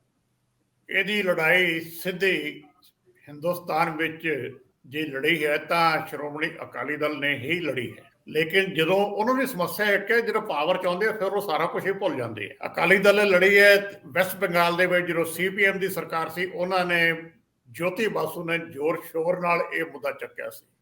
ਇਹ ਫਿਰ ਤਾਮਿਲਨਾਡੂ ਦੇ ਵਿੱਚ ਇਸ਼ੂ ਸਾਹਮਣੇ ਆਇਆ, DMK ਨੇ ਇਸ਼ੂ ਉਠਾਇਆ ਸੀ। ਕੇਰਲ ਦੇ ਵਿੱਚੋਂ ਇਹ ਆਵਾਜ਼ ਉੱਠੀ ਲਗਾਤਾਰ। ਇਹ 4 ਸਟੇਟਸ ਹੈ ਜਿੱਥੇ ਇਹ ਲਗਾਤਾਰ ਇਸ਼ੂ ਉੱਭਰ ਕੇ ਵਾਰ-ਵਾਰ ਸਾਹਮਣੇ ਆ ਰਿਹਾ ਹੈ। ਮੈਂ ਪਹਿਲਾਂ ਵੀ ਗੱਲ ਕਰਦਾ ਹੁੰਦਾ ਕਿ ਜਿਹੜੇ ਇਹ ਹੁਣ ਅੱਗੇ ਤਾਂ ਨਾ ਕਾਂਗਰਸ ਦੀ ਗੱਲ ਹੋਇਆ ਕਰਦੀ ਸੀ, ਇਸ਼ੂ ਹੀ ਉਦੋਂ ਵੀ ਬਹੁਤ ਪੁਰਾਣਾ ਚੱਲਿਆ ਆ ਰਿਹਾ, ਕੋਈ ਨਵਾਂ ਨਹੀਂ ਹੈ। ਤੇ ਪੰਜਾਬ ਦੇ ਜਿਹੜੇ ਅਕਾਲੀ ਫੈਕਸ਼ਨਸ ਹੈਗੀਆਂ, ਮਸਲਨ ਜਦੋਂ ਗੁਰਚਰਨ ਸਿੰਘ ਟੌਹੜਾ ਦੀ ਪਾਰਟੀ ਸੀ, ਉਹ ਸਾਰੀਆਂ ਪਾਰਟੀਆਂ ਨੇ ਆਪਣੇ ਆਪਣੇ ਕੇਸ ਬਣਾ ਕੇ ਫੈਡਰਲਿਜ਼ਮ ਤੇ ਸਰਕਾਰ ਨੂੰ ਦਿੱਤੇ ਸੀ, ਕਮਿਸ਼ਨ ਦੇ ਵਿੱਚ ਚੇਂਜਸ ਕੀ ਕਰਨੀਆਂ ਸਾਰੀਆਂ, ਔਰ ਕਾਰਡ ਤੇ ਬੜਾ ਵਧੀਆ ਕੇਸ ਇਹਨਾਂ ਨੇ ਬਣਾ ਕੇ ਦਿੱਤਾ ਆਪਣੇ ਆਪਣੇ ਪਾਰਟੀਆਂ ਨੇ। ਪੰਜਾਬ ਦਾ ਕੇਸ ਬਹੁਤ ਵਧੀਆ ਬਣਿਆ ਸੀਗਾ। ਲੇਕਿਨ ਉਸ ਤੋਂ ਬਾਅਦ ਗੱਲ ਅੱਗੇ ਤੁਰੀ ਹੀ ਨਹੀਂ। ਕੇਂਦਰ ਸਰਕਾਰ ਫੈਡਰਲਿਜ਼ਮ ਕੋਈ ਵੀ ਨਹੀਂ ਚਾਹੁੰਦੀ। ਹੁਣ ਕੇਂਦਰ 'ਚ ਹੈ ਤੁਹਾਡੀ BJP ਰੂਲ ਕਰ ਰਹੀ ਹੈ, ਉਹ ਤਾਂ ਸੈਂਟਰਿਸਟ ਪਾਰਟੀ ਹੈ ਟੋਟਲੀ। ਉਹ ਸਾਰੇ ਹਿੰਦੁਸਤਾਨ ਨੂੰ ਇੱਕ ਲੜੇ 'ਚ ਪਰੋਣਾ ਚਾਹੁੰਦੇ ਆ। ਆਪਾਂ ਗੱਲ ਕਰ ਰਹੇ ਹਾਂ ਫੈਡਰਲਿਜ਼ਮ ਦੀ, ਸੋ ਉਹ ਲੜਾਈ ਵੱਡੀ ਹੈ ਕਿ ਕਾਂਗਰਸ ਫੈਡਰਲਿਜ਼ਮ ਚਾਹੁੰਦੀ ਹੈ ਰੀਅਲ ਅਰਥਾਂ ਦੇ ਵਿੱਚ। ਨਾਰਥ ਈਸਟਰਨ ਸਟੇਟਸ, ਇੱਕ ਐਗਜ਼ਾਮਪਲ ਮੈਂ ਦਿੰਦਾ ਫੈਡਰਲਿਜ਼ਮ ਦੀ, ਨਾਗਾਲੈਂਡ, ਉਹਨਾਂ ਨੇ ਆਪਣੀ ਲੜਾਈ ਲੜੀ, ਕੁਝ ਸ਼ਰਤਾਂ ਬਣਾਈਆਂ। ਇੱਕ ਸ਼ਰਤ ਇਹ ਬਣਾਈ ਕਿ ਉਹਨਾਂ ਦੀ ਜਿਹੜੇ ਅੰਡਰਗਰਾਊਂਡ ਮਿਲੀਟੈਂਟ ਸੀਗੇ ਉਹਨਾਂ ਦੀ ਆਰਮੀ ਬਣੀ, ਤੇ ਉਹਨਾਂ ਦੀ ਆਰਮੀ ਅੱਜ ਵੀ ਮੌਜੂਦ ਹੈ, ਉਸ ਏਰੀਏ ਦੇ ਵਿੱਚ ਕੋਈ ਜਾਂਦਾ ਨਹੀਂ। ਇਹ ਐਕਸਟ੍ਰੀਮ ਐਗਜ਼ਾਮਪਲ ਹੈ ਆਪਣੀ ਲੜਾਈ ਲੜਨ ਦੀ। ਪੰਜਾਬ ਵਾਲੇ ਸਭ ਕੁਝ ਹੋਇਆ, ਇੱਥੇ 50,000 ਬੰਦਾ ਮਰ ਗਿਆ, ਲੜਾਈ ਲੜੀ ਗਈ, ਲੇਕਿਨ ਮੁੜ ਕੇ ਫਿਰ ਬੈਕ ਟੂ ਸਕੁਅਰ ਵਨ ਹੈ। ਕੇਂਦਰ ਨੇ ਫੈਸਲਾ ਕਰਨਾ ਹੈ ਕਿ ਇਸ ਵੇਲੇ ਕਿ ਕਿਹੜੀ ਸਟੇਟ ਨੂੰ ਕਿਹੜੀ ਗ੍ਰਾਂਟ ਦੇਣੀ ਹੈ। ਉਹ ਫਾਈਨਾਂਸ ਕਮਿਸ਼ਨ ਹੈ। ਦੇਖੋ, ਦੋ ਐਸਪੈਕਟ ਹੈਗੇ ਹੈ। ਇੱਕ ਤਾਂ ਫਾਈਨਾਂਸ ਕਮਿਸ਼ਨ ਨੇ ਗ੍ਰਾਂਟ ਰਿਲੀਜ਼ ਕਰਨੀ ਹੈ, ਉਹ ਕ੍ਰਾਈਟੇਰੀਆ ਹੈ ਹਰ ਸਟੇਟ ਵਾਸਤੇ। ਦੂਸਰਾ ਤੁਹਾਡੀਆਂ ਸੈਂਟਰ ਦੀਆਂ ਪਲਾਨ ਸਕੀਮਸ, ਤੇ ਤੀਸਰਾ ਹੁੰਦਾ ਸਪੈਸ਼ਲ ਗ੍ਰਾਂਟ। ਜਦੋਂ ਕੋਈ ਵੀ ਸਟੇਟ ਮੰਗਦੀ ਹੈ ਕਿ ਸਾਨੂੰ ਸਪੈਸ਼ਲ ਸਟੇਟਸ ਦਿੱਤਾ ਜਾਵੇ ਜਾਂ ਸਪੈਸ਼ਲ ਗ੍ਰਾਂਟ ਦਿੱਤੀ ਜਾਵੇ, ਲੇਕਿਨ ਮੁੱਦਾ ਬੇਸਿਕਲੀ ਸਰਕਾਰ ਦੀ ਆਪਣੀ ਫਾਈਨੈਂਸ਼ੀਅਲ ਆਟੋਨਮੀ ਦਾ ਹੈ। ਪੋਲੀਟੀਕਲ ਆਟੋਨਮੀ ਵੱਖਰੀ ਗੱਲ ਹੈ। ਘੱਟੋ ਘੱਟ ਫਾਈਨੈਂਸ਼ੀਅਲ ਆਟੋਨਮੀ ਦੀ ਲੜਾਈ ਤਾਂ ਲੜੀ ਜਾ ਸਕਦੀ ਹੈ। ਇੱਕ ਕਾਮਨ ਇਸ਼ੂ ਬਣਾ ਕੇ ਘੱਟੋ ਘੱਟ ਸਾਰੀਆਂ ਸਟੇਟਸ ਜਿਹੜੀਆਂ ਇਸ ਵੇਲੇ ਨਾਨ ਬੀਜੇਪੀ ਹੈ, ਉਹ ਇਕੱਠੇ ਹੋ ਕੇ ਇਹ ਲੜਾਈ ਲੜਨ। ਆਪਣੇ ਛੋਟੇ ਛੋਟੇ ਜਿਹੜੇ ਵਖਰੇਵੇਂ ਹੈ ਉਹ ਛੱਡ ਦੇਣ। ਫਾਈਨੈਂਸ਼ੀਅਲ ਆਟੋਨਮੀ ਨੂੰ ਕਾਮਨ ਮੁੱਦਾ ਬਣਾ ਕੇ ਇਹ ਲੜਾਈ ਅੱਗੇ ਲੜੀ ਜਾ ਸਕਦੀ ਹੈ। ਬਿਲਕੁਲ ਠੀਕ ਹੈ। ਸਰਦਾਰ ਜਸਪਾਲ ਸਿੰਘ ਜੀ, ਇਸ ਲੜਾਈ ਨੂੰ ਅੱਜ ਦੇ ਦੌਰ ਦੇ ਵਿੱਚ ਕਿਵੇਂ ਲੜਿਆ ਜਾ ਸਕਦਾ? ਕਿਉਂਕਿ ਲੜਾਈ ਹੁਣ ਉਹ ਸਿੱਧੋ ਸਿੱਧੀ ਤਾਂ ਰਹੀ ਨਹੀਂ। ਇਹ 1975 ਦੀ ਐਮਰਜੈਂਸੀ ਤਾਂ ਹੈ ਨਹੀਂ ਕਿ ਤੁਸੀਂ ਰਾਹ ਰੋਕ ਕੇ ਬਹਿ ਜਾਓਗੇ। ਇਹ ਉਸ ਤੋਂ ਬਾਅਦ ਕੋਈ ਇਸ ਤਰ੍ਹਾਂ ਦਾ ਸਮੂਹ ਤਾਂ ਹੈ ਨਹੀਂ। ਗਰੁੱਪਾਂ ਦੇ ਵਿੱਚ ਜਿਹੜੀ ਕੋਲੀਸ਼ਨ ਸਰਕਾਰ ਦਾ ਦੌਰ ਸੀ ਉਹ ਵੀ ਲਗਭਗ ਪਿੱਛੇ ਰਹਿ ਗਿਆ, ਤੇ ਹੁਣ ਕੇਂਦਰ ਦੀ ਸੱਤਾ ਬੜੀ ਤਾਕਤਵਰ ਸੱਤਾ ਹੈ, ਤੇ ਉਹਨੂੰ ਲੀਡ ਕਰਨ ਵਾਲੇ ਵਿਅਕਤੀ ਦੀ ਵਿਲ ਉਸ ਨਜ਼ਰੀਏ ਤੋਂ ਬੜੀ ਅਹਿਮ ਆ ਕਿ ਉਹ ਕਿਸ ਤਰੀਕੇ ਨਾਲ ਚੱਲਦੇ। ਹੁਣ ਇਸ ਵੇਲੇ ਜੇਕਰ ਪੰਜਾਬ ਸਰਕਾਰ ਇਸ ਮਾਮਲੇ ਨੂੰ ਵਧਾਉਣਾ ਚਾਹਵੇ, ਦੌਰ ਬਦਲਣ ਦੇ ਨਾਲ ਨਾਲ ਜੇ ਲੜਾਈ ਬਦਲਣੀ ਚਾਹਵੇ, ਤੇ ਕਿਵੇਂ ਕਰ ਸਕਦੀ ਹੈ? ਅਗਲਿਆਂ ਨੇ ਆਪਣੇ ਪੱਤੇ ਖੋਲਤੇ ਆ। ਗਵਰਨਰ ਨੇ ਜਿੱਥੇ ਜਿੱਥੇ ਵੀ ਉਹਨਾਂ ਨੂੰ ਕਮਜ਼ੋਰੀ ਲੱਗਦੀ ਆ ਉਹ ਲਾ ਦਿੰਦੇ ਆ ਟਿਕਾਣੇ ਗੱਲ। ਚਿੱਠੀਆਂ ਹੋਣ, ਸਮੇਂ-ਸਮੇਂ ਤੇ ਚੰਗੇ ਮਾਹੌਲ ਦੇ ਵਿੱਚ ਵੀ ਆਪਣੇ ਆਪ ਜਦੋਂ ਤਣਾਅ ਪੈਦਾ ਕਰਨਾ ਕਰ ਲਿਆ ਜਾਂਦਾ, ਲੇਕਿਨ ਜੇ ਸਟੇਟ ਸੋਚ ਸਮਝ ਕੇ ਜਾਂ ਸਟੇਟ ਦੀ ਮਸ਼ੀਨਰੀ ਜਾਂ ਇਹਦੀ ਸੱਤਾ ਸੋਚ ਸਮਝ ਕੇ ਨਹੀਂ ਚੱਲਦੀ, ਨੁਕਸਾਨ ਅਲਟੀਮੇਟਲੀ ਕਮਜ਼ੋਰ ਧਿਰ ਨੂੰ ਉਠਾਉਣਾ ਪੈਂਦਾ। ਨੁਕਸਾਨ ਉਸ ਧਿਰ ਨੂੰ ਹੁੰਦਾ ਹੈ ਜਿਹੜੀ ਧਿਰ ਘੱਟੋ ਘੱਟ ਮੰਗਣ ਦੀ ਸਥਿਤੀ 'ਚ ਹੁੰਦੀ ਹੈ। ਜਿਹਨੇ ਉੱਪਰਲੀ ਸੱਤਾ ਨੇ ਦੇਣਾ ਹੈ ਉਹ ਤਾਂ ਚੁੱਪ ਕਰ ਜੂ, ਉਹਦੀ ਲੜਾਈ ਤਾਂ ਉੱਥੋਂ ਹੀ ਸ਼ੁਰੂ ਹੈ, ਉੱਥੇ ਹੀ ਖਤਮ ਹੈ। ਜੇ ਆਮ ਆਦਮੀ ਪਾਰਟੀ ਨੇ ਪੰਜਾਬ ਦੇ ਵਿੱਚੋਂ ਇਹ ਲੜਾਈ ਲੜਨੀ ਹੋਵੇ, ਕਿਵੇਂ ਲੜੇ? ਮੋਰਚਾ ਤਾਂ ਲਾਇਆ ਨਹੀਂ ਜਾ ਸਕਦਾ। ਕਿਸ ਮੁੱਦੇ ਤੇ ਕਹੋਗੇ? ਕੀ ਕਹੋਗੇ ਕਿ ਗਵਰਨਰ ਨੇ ਸਾਨੂੰ ਕਿਉਂ ਪੁੱਛ ਲਿਆ? ਉਹ ਵੀ ਬੜੀ ਸੋਚ ਸਮਝ ਕੇ ਸੰਵਿਧਾਨਕ ਦਾਇਰਿਆਂ 'ਚ ਰਹਿ ਕੇ ਸਵਾਲ ਪੁੱਛੇ ਆ। ਇਹ ਸਾਰੀਆਂ ਗੱਲਾਂ ਦੇ ਵਿੱਚ ਇਸ ਵੇਲੇ ਸਥਿਤੀ ਨੂੰ ਕਿਵੇਂ ਪਰਿਭਾਸ਼ਿਤ ਕਰੋਗੇ? ਗਲਤ ਕੌਣ, ਠੀਕ ਕੌਣ? ਮੌਜੂਦਾ ਪਰਿਸਥਿਤੀਆਂ ਦੇ ਵਿੱਚ ਇਹਦੇ ਵੀ ਦੋ ਪਹਿਲੂ ਆ। ਫੈਡਰਲਿਜ਼ਮ ਵੱਖਰੀ ਗੱਲ ਆ, ਤੇ ਵਿਅਕਤੀਗਤ ਤੌਰ ਤੇ ਜਿਹੜਾ ਇੱਕ ਦੂਜੇ ਨਾਲ ਖਤੋ ਖਤਾਬਤ ਹੋ ਰਿਹਾ ਉਹ ਆਪਣੀ ਜਗ੍ਹਾ। ਕੀ ਕਹਿੰਦੇ ਹੋ? ਪਹਿਲੀ ਗੱਲ ਤਾਂ ਬਿਲਕੁਲ ਸਪਸ਼ਟ ਹੈ ਵੀ ਆਮ ਆਦਮੀ ਦਾ ਜਿਹੜਾ ਟਰੈਕ ਰਿਕਾਰਡ ਹੈ, ਆਮ ਆਦਮੀ ਪਾਰਟੀ ਦਾ ਜਿਹੜਾ ਹੈੱਡਕੁਆਟਰ ਕੇਜਰੀਵਾਲ ਜਿਹੜਾ ਇਹਨਾਂ ਦਾ ਚੀਫ ਹੈ, ਉਹ ਸਾਰਾ ਇਸ ਗੱਲ ਦੀ ਸ਼ਾਦੀ ਭਰਦਾ ਹੈ। ਬਿਲਕੁਲ ਕਲੀਅਰ ਹੈ, ਉਹ ਪ੍ਰੂਫ ਹੈ ਵੀ ਇਹ ਕਦੇ ਵੀ ਲੜਾਈ ਨਹੀਂ ਲੜਨਗੇ। ਇਹਨਾਂ ਨੇ ਦਿੱਲੀ 'ਚ ਲੜਾਈ ਨਹੀਂ ਲੜੀ। ਗਵਰਨਰ ਨੂੰ ਹੋਰ ਜ਼ਿਆਦਾ ਅਮੈਂਡਮੈਂਟ ਕਰਕੇ ਜ਼ਿਆਦਾ ਪਾਵਰਾਂ ਦੇਤੀਆਂ, ਤੇ ਇਹ ਕਹਿੰਦੇ ਸੀ ਵੀ ਅਸੀਂ ਦਿੱਲੀ ਨੂੰ ਪੂਰੀ ਫੁੱਲ ਸਟੇਟ ਬਣਾਉਣਾ। ਉਹ ਸਾਰਾ ਮੁੱਦਾ ਇਹਨਾਂ ਨੇ ਛੱਡਤਾ। ਇਸ ਕਰਕੇ ਇਹ ਇਹਨਾਂ ਦਾ ਜਿਹੜਾ ਹੈ, ਇਹ ਵੀ ਇੱਕ ਤਰ੍ਹਾਂ ਦੀ ਸੈਂਟਰਿਸਟ ਪਾਰਟੀ ਹੈ। ਰੀਜਨਲ ਤਾਂ ਇਹਨਾਂ ਨੇ ਕੋਈ ਗੱਲ ਕੀਤੀ ਨਹੀਂ, ਨਾ ਏਜੰਡੇ 'ਚ ਕੀਤੀ, ਨਾ ਇਲੈਕਸ਼ਨ ਵੇਲੇ ਕੀਤੀ, ਨਾ ਮੈਨੀਫੈਸਟੋ ਕੋਈ ਇਸ ਕਿਸਮ ਦਾ ਰੀਜਨਲ ਪੰਜਾਬ ਨੂੰ ਬਣਾਉਣ ਦਾ। ਉਲਟਾ ਪੰਜਾਬ ਨੂੰ ਵਰਤ ਕੇ ਇਹ ਸੈਂਟਰ ਲੈਵਲ ਉੱਤੇ ਲੀਡਰਸ਼ਿਪ ਕਿਵੇਂ ਕਾਇਮ ਕਰਦੀਆਂ, ਉਹ ਇਹਨਾਂ ਦਾ ਏਜੰਡਾ ਹੈ। ਇਸ ਕਰਕੇ ਮੈਨੂੰ ਨਹੀਂ ਉਮੀਦ ਹੈ ਕਿ ਆਮ ਆਦਮੀ ਪਾਰਟੀ ਲੜ ਸਕੇਗੀ। ਦੂਜੀ ਗੱਲ ਇਹ ਵੀ ਇਹ ਲੰਬਾ ਪ੍ਰੋਸੈਸ ਚੱਲਿਆ ਦੇਸ਼ ਦੇ ਵਿੱਚ। ਜਿਵੇਂ ਸ਼ਾਰਟ ਵਿੱਚ ਇੰਨਾ ਹੀ ਕਹਿ ਸਕਦੇ ਹਾਂ ਵੀ ਕਨਸਟੀਟਿਊਸ਼ਨ ਤੋਂ ਬਾਹਰ, ਕਨਸਟੀਟਿਊਸ਼ਨ ਅਡਾਪਟ ਕਰਨ ਤੋਂ ਬਾਅਦ ਐਗਜ਼ੀਕਿਊਟਿਵ ਆਰਡਰ ਰਾਹੀਂ ਪਲੈਨਿੰਗ ਕਮਿਸ਼ਨ ਬਣਿਆ। ਪਲੈਨਿੰਗ ਕਮਿਸ਼ਨ ਨੇ ਜਿਹੜੀਆਂ ਸਾਡੀਆਂ ਸਾਰੀਆਂ ਸਟੇਟਸ ਦੀਆਂ ਪਲਾਨ ਸੀਗੀਆਂ, ਸਾਰੀਆਂ ਜਿਹੜੇ ਬਜਟ ਦੀਆਂ ਸਾਰੀਆਂ ਉੱਤੇ ਕਬਜ਼ਾ ਕਰ ਲਿਆ। ਉਦੋਂ ਪਿੱਛੋਂ ਨੀਤੀ ਆਯੋਗ ਬਣਿਆ, ਉਹਨੇ ਹੋਰ ਕੇਂਦਰੀਕਰਨ ਕਰਤਾ।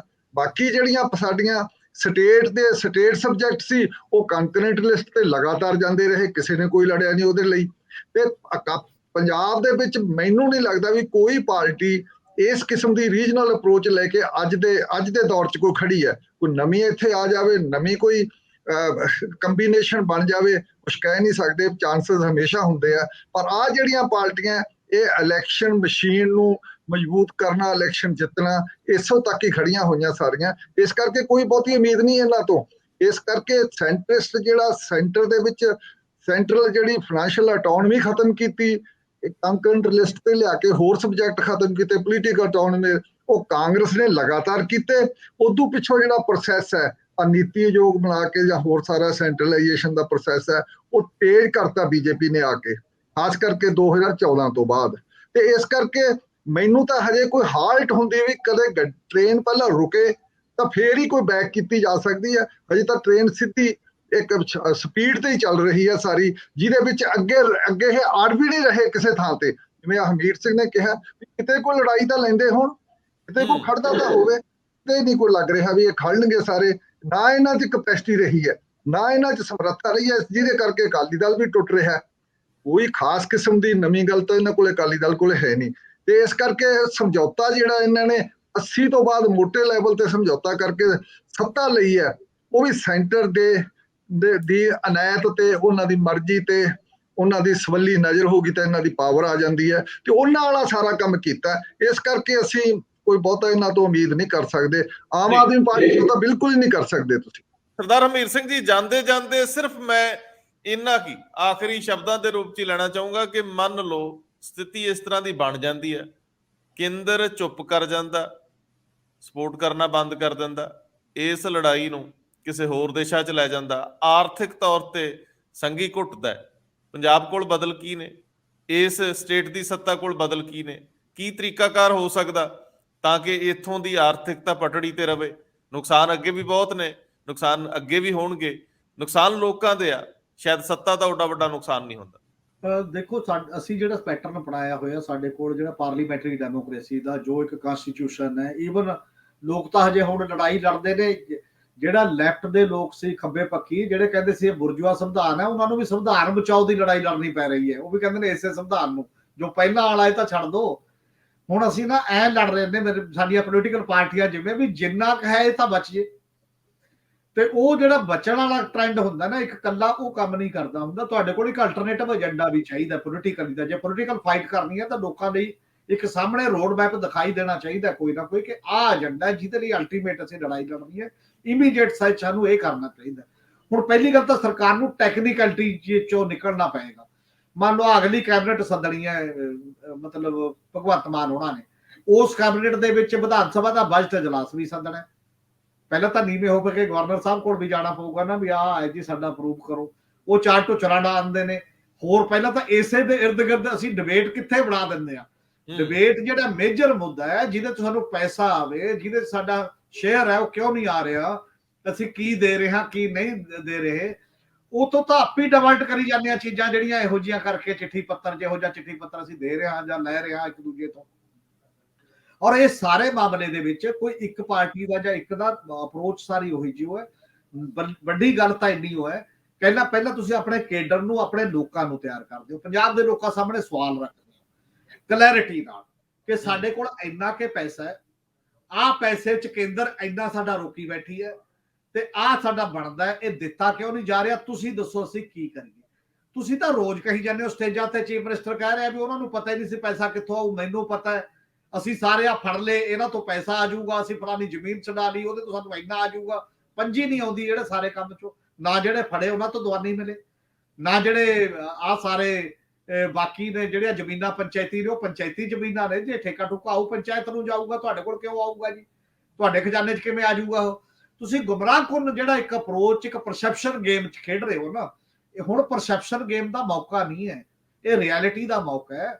ਪੰਜਾਬ ਬਹੁਤ ਨਾਜ਼ੁਕ ਮੋੜ ਚੋਂ ਗੁਜ਼ਰ ਰਿਹਾ, ਇੱਥੇ ਕਿਸੇ ਦਾ ਜੀ ਨਹੀਂ ਲੱਗਦਾ, ਬੱਚੇ ਦੌੜ ਰਹੇ ਨੇ ਬਾਹਰ, ਜਬਰੀ ਪ੍ਰਵਾਸ ਹੋ ਰਿਹਾ ਹੈ, ਪਾਣੀ ਤੁਹਾਡਾ ਮੁੱਕ ਚੱਲਿਆ, ਥਾਂ ਮੋਰਚੇ ਨੇ, ਕੋਈ ਸੀਰੀਅਸ ਮੋਰਚੇ ਦੀ ਗੱਲ ਤੁਸੀਂ ਇੰਪਲੀਮੈਂਟ ਕਰਕੇ ਪਹਿਲਾਂ ਲੋਕਾਂ ਦਾ ਲੜਾਈ ਵਾਸਤੇ ਤੁਹਾਡੀ ਜਿਨ੍ਹਾਂ ਦੇ ਸਿਰਾਂ ਤੇ ਲੜਾਈ ਲੜਨੀ ਆ ਉਹਨਾਂ ਨੂੰ ਤਾਂ ਇਕਜੁੱਟ ਕਰੋ, ਉਹਨਾਂ ਦੇ ਮਸਲੇ ਜਿੰਨੇ ਕੁ ਤੁਹਾਡੇ ਹੱਥ 'ਚ ਨੇ ਉਹਨੇ ਹੱਲ ਕਰਨ ਦੀ ਟਰਾਈ ਕਰੋ, ਉਹਨਾਂ ਸਾਹਮਣੇ ਇੱਕ ਰੋਡ ਮੈਪ ਰੱਖੋ ਕਿ ਆਹ ਸਾਡੇ ਕੋਲ ਆ, ਅਸੀਂ ਇਸ ਤਰੀਕੇ ਨਾਲ ਲੜਾਈ ਲੜਨਾ ਚਾਹੁੰਦੇ ਹਾਂ। ਐ ਨਹੀਂ ਕਿ ਚੀਫ ਮਿਨਿਸਟਰ ਕਰ ਨਹੀਂ ਸਕਦਾ। ਇਦੋਂ ਪਹਿਲਾਂ ਵੀ ਜੈਲਲਿਤਾ ਦੀ ਅਗਵਾਈ ਦੇ ਵਿੱਚ ਪੂਰਾ ਤਾਮਿਲਨਾਡੂ ਸਮੇਤ ਆਪੋਜੀਸ਼ਨ ਸਮੇਤ ਸੱਤਾਧਾਰੀ ਪ੍ਰਾਈਮ ਮਿਨਿਸਟਰ ਦੇ ਆ ਕੇ ਧਰਨਾ ਦਿੱਲੀ ਦੇ ਕੇ ਗਏ ਉਦੋਂ ਕਿ ਸਾਡੀ ਸਟੇਟ ਨਾਲ ਤੁਸੀਂ ਆਹ ਕਰ ਰਹੇ ਹੋ। ਇੱਕ ਵਾਰ ਇੱਕ ਧਰਨਾ ਅਮਰਿੰਦਰ ਸਿੰਘ ਨੇ ਵੀ ਦਿੱਤਾ ਸੀ ਪਹਿਲੀ ਗਵਰਨਮੈਂਟ ਦੇ ਵਿੱਚ, ਜੇ ਤੁਹਾਡੇ ਯਾਦ ਹੋਵੇ, ਆਪਣੇ ਸਾਰੇ ਬੰਦਿਆਂ ਨੂੰ ਲਿਜਾ ਕੇ ਕਿ ਸਾਡਾ ਆਹ ਮਾਮਲਾ ਹੈ ਤੇ ਤੁਸੀਂ ਇਹ ਨਹੀਂ ਕਰ ਰਹੇ ਉਸ ਲੈਵਲ ਤੇ ਵਾਜਪਾਈ ਗਵਰਨਮੈਂਟ ਵੇਲੇ। ਔਰ ਸਟੇਟ ਵੀ ਲੜਾਈ ਲੜ ਸਕਦੀ ਹੈ, ਐਕਸ਼ਨ ਹੈ ਨਹੀਂ ਕਿ ਸਟੇਟ ਪੋਲੀਟੀਕਲ ਲੜਾਈ ਨਹੀਂ। ਇਹ ਦੁਨੀਆ ਨੂੰ ਦਿਖਾਉਣਾ ਹੁੰਦਾ, ਜਦੋਂ ਚੀਫ ਮਿਨਿਸਟਰ ਧਰਨੇ ਤੇ ਬੈਠਾ ਹੁੰਦਾ ਜਾ ਕੇ ਪਹਿਲਾਂ ਆਪਸ ਚ ਕਿਉਂ ਲੜ ਰਹੇ ਹੋ। ਜਿਹੜਾ ਕੱਲ ਭਗਵੰਤ ਮਾਨ ਉਹਨਾਂ ਨੇ ਇੱਕ ਬਿਆਨ ਦਿੱਤਾ ਨਾ, ਬਿਆਨ ਨਹੀਂ ਲੈਕਚਰ ਦਿੱਤਾ ਹੈ, ਜਦ ਟ੍ਰੇਨਿੰਗ ਹੋ ਰਹੀ ਸੀ ਨਾਲ ਬਾਜਵਾ ਵੀ ਬੈਠੇ ਸੀ, ਕਿ ਤੁਸੀਂ ਇਹਨਾਂ ਤੋਂ ਸਿੱਖ ਲਿਆ ਕਰੋ। ਇਹ 4 ਵਾਰ ਐਮਐਲਏ ਵੀ ਨੇ, ਮੰਤਰੀ ਵੀ ਰਹੇ, ਇਹ ਐਮਪੀ ਵੀ ਰਹੇ, ਮੈਂ ਵੀ ਸਿੱਖੂਗਾ, ਤੁਸੀਂ ਵੀ ਸਿੱਖੋ, ਆਪਾਂ ਇਕੱਠੇ ਚੱਲਿਆ ਕਰੀਏ। ਇਹੀ ਜੇ ਭਾਸ਼ਾ ਸਾਰੀ ਇੱਕ ਦੂਜੇ ਤੋਂ ਸਿੱਖਣ ਦੀ ਪੰਜਾਬ ਦੇ ਚ ਬਣ ਜੇ ਸਾਡੇ ਪੋਲੀਟੀਸ਼ੀਅਨ ਦੀ। ਪਹਿਲਾਂ ਔਰ ਪਾਰਟੀ ਮੀਟਿੰਗ ਸੱਦੋ, ਜਿਹੜਾ ਨਹੀਂ ਆਉਂਦਾ ਉਸ ਬੇਸਿਕ ਏਜੰਡੇ ਤੋਂ ਦੂਰ ਹੈ, ਆਪ ਹੀ ਐਕਸਪੋਜ਼ ਹੋ ਜਾਏਗਾ। ਤੇ ਫਿਰ ਸਾਰੇ ਐਮਐਲਏ ਦਾ ਇੱਕ ਜੱਥਾ ਬਣਾਓ, ਗਵਰਨਰ ਨੂੰ ਵੀ ਇਕੱਠੇ ਮਿਲੋ ਜਾ ਕੇ ਕਿ ਸਾਡੇ ਨਾਲ ਆਹ ਸਵਾਲ ਨੇ, ਇਹ ਐਵੇਂ ਨਹੀਂ ਹੋ ਸਕਦਾ। ਔਰ ਜੇ ਤੁਸੀਂ ਉਹ ਪਾਟੇ ਫਿਰਦੇ ਤੁਹਾਡੇ ਖਿਲਾਫ ਹੀ ਗਵਰਨਰ ਕੋਲ ਬਾਕੀ ਜਾ ਰਹੇ ਨੇ ਨਾ। ਕਈ ਮੁੱਦੇ ਤੁਹਾਡੇ ਲੜਾਈ ਪੋਲੀਟਿਕਸ ਦੇ ਆਪਣੇ ਇੱਕ ਦੂਜੇ ਦੇ ਹੋਣਗੇ, ਕਈ ਸਾਂਝੇ ਮੁੱਦੇ ਹੋਣਗੇ। ਸਾਂਝਾ ਮੁੱਦਾ ਨਿਸ਼ਾਨਦੇਹੀ ਕਰਕੇ ਪੰਜਾਬ ਦੀ ਲੜਾਈ ਲੜੀ ਜਾਵੇ, ਸਾਰੇ ਲੋਕਾਂ ਦੀ ਇਕੱਠੀ ਸਾਂਝੀ, ਉਹਦੇ ਨਾਲ ਇੰਪੈਕਟ ਵੀ ਪਏਗਾ ਜ਼ਰੂਰ। ਇਹ ਹੋ ਨਹੀਂ ਸਕਦਾ ਕਿ ਨਾ ਉਹਦਾ ਅਸਰ ਪਵੇ। ਕੱਲੇ 13 ਐਮਪੀਆਂ ਦਾ ਇਹਦਾ ਸਵਾਲ ਨਹੀਂ ਹੁੰਦਾ, ਪੰਜਾਬ ਦਾ ਇੱਕ ਔਰ ਹੈ, ਪੰਜਾਬ ਦੇ ਕਰਕੇ ਖਾਦ ਸਮੱਗਰੀ ਤੁਹਾਡੀ ਚੱਲਦੀ ਹੈ। ਥੋੜਾ ਜਿਹਾ ਇੱਕ ਕਲਾਈਮੇਟ ਤੇ ਹੋਰ ਅਸਰ ਪੈ ਗਿਆ, ਜਿਸ ਤਰ੍ਹਾਂ ਗਰਮੀ ਚੱਲਦੀ ਹੈ, ਠੂਠਾ ਫੜ ਕੇ ਹਿੰਦੁਸਤਾਨ ਨੂੰ ਫੇਰ ਜਾਣਾ ਪਏਗਾ ਬਾਹਰ। ਇਹ ਐਡਾ ਸੌਖਾ ਨਹੀਂ ਕਿ ਸਾਡੇ ਕੋਲ ਫੂਡ ਸਿਕਿਉਰਿਟੀ ਆ ਗਈ ਹੈ, ਅਜੇ ਤੱਕ ਨਹੀਂ ਆਈ। ਆਉਣ ਵਾਲੇ ਦਿਨਾਂ 'ਚ ਸੰਕਟ ਹੋਰ ਵਧੂਗਾ ਕਲਾਈਮੇਟ ਚੇਂਜ ਦੇ ਕਰਕੇ।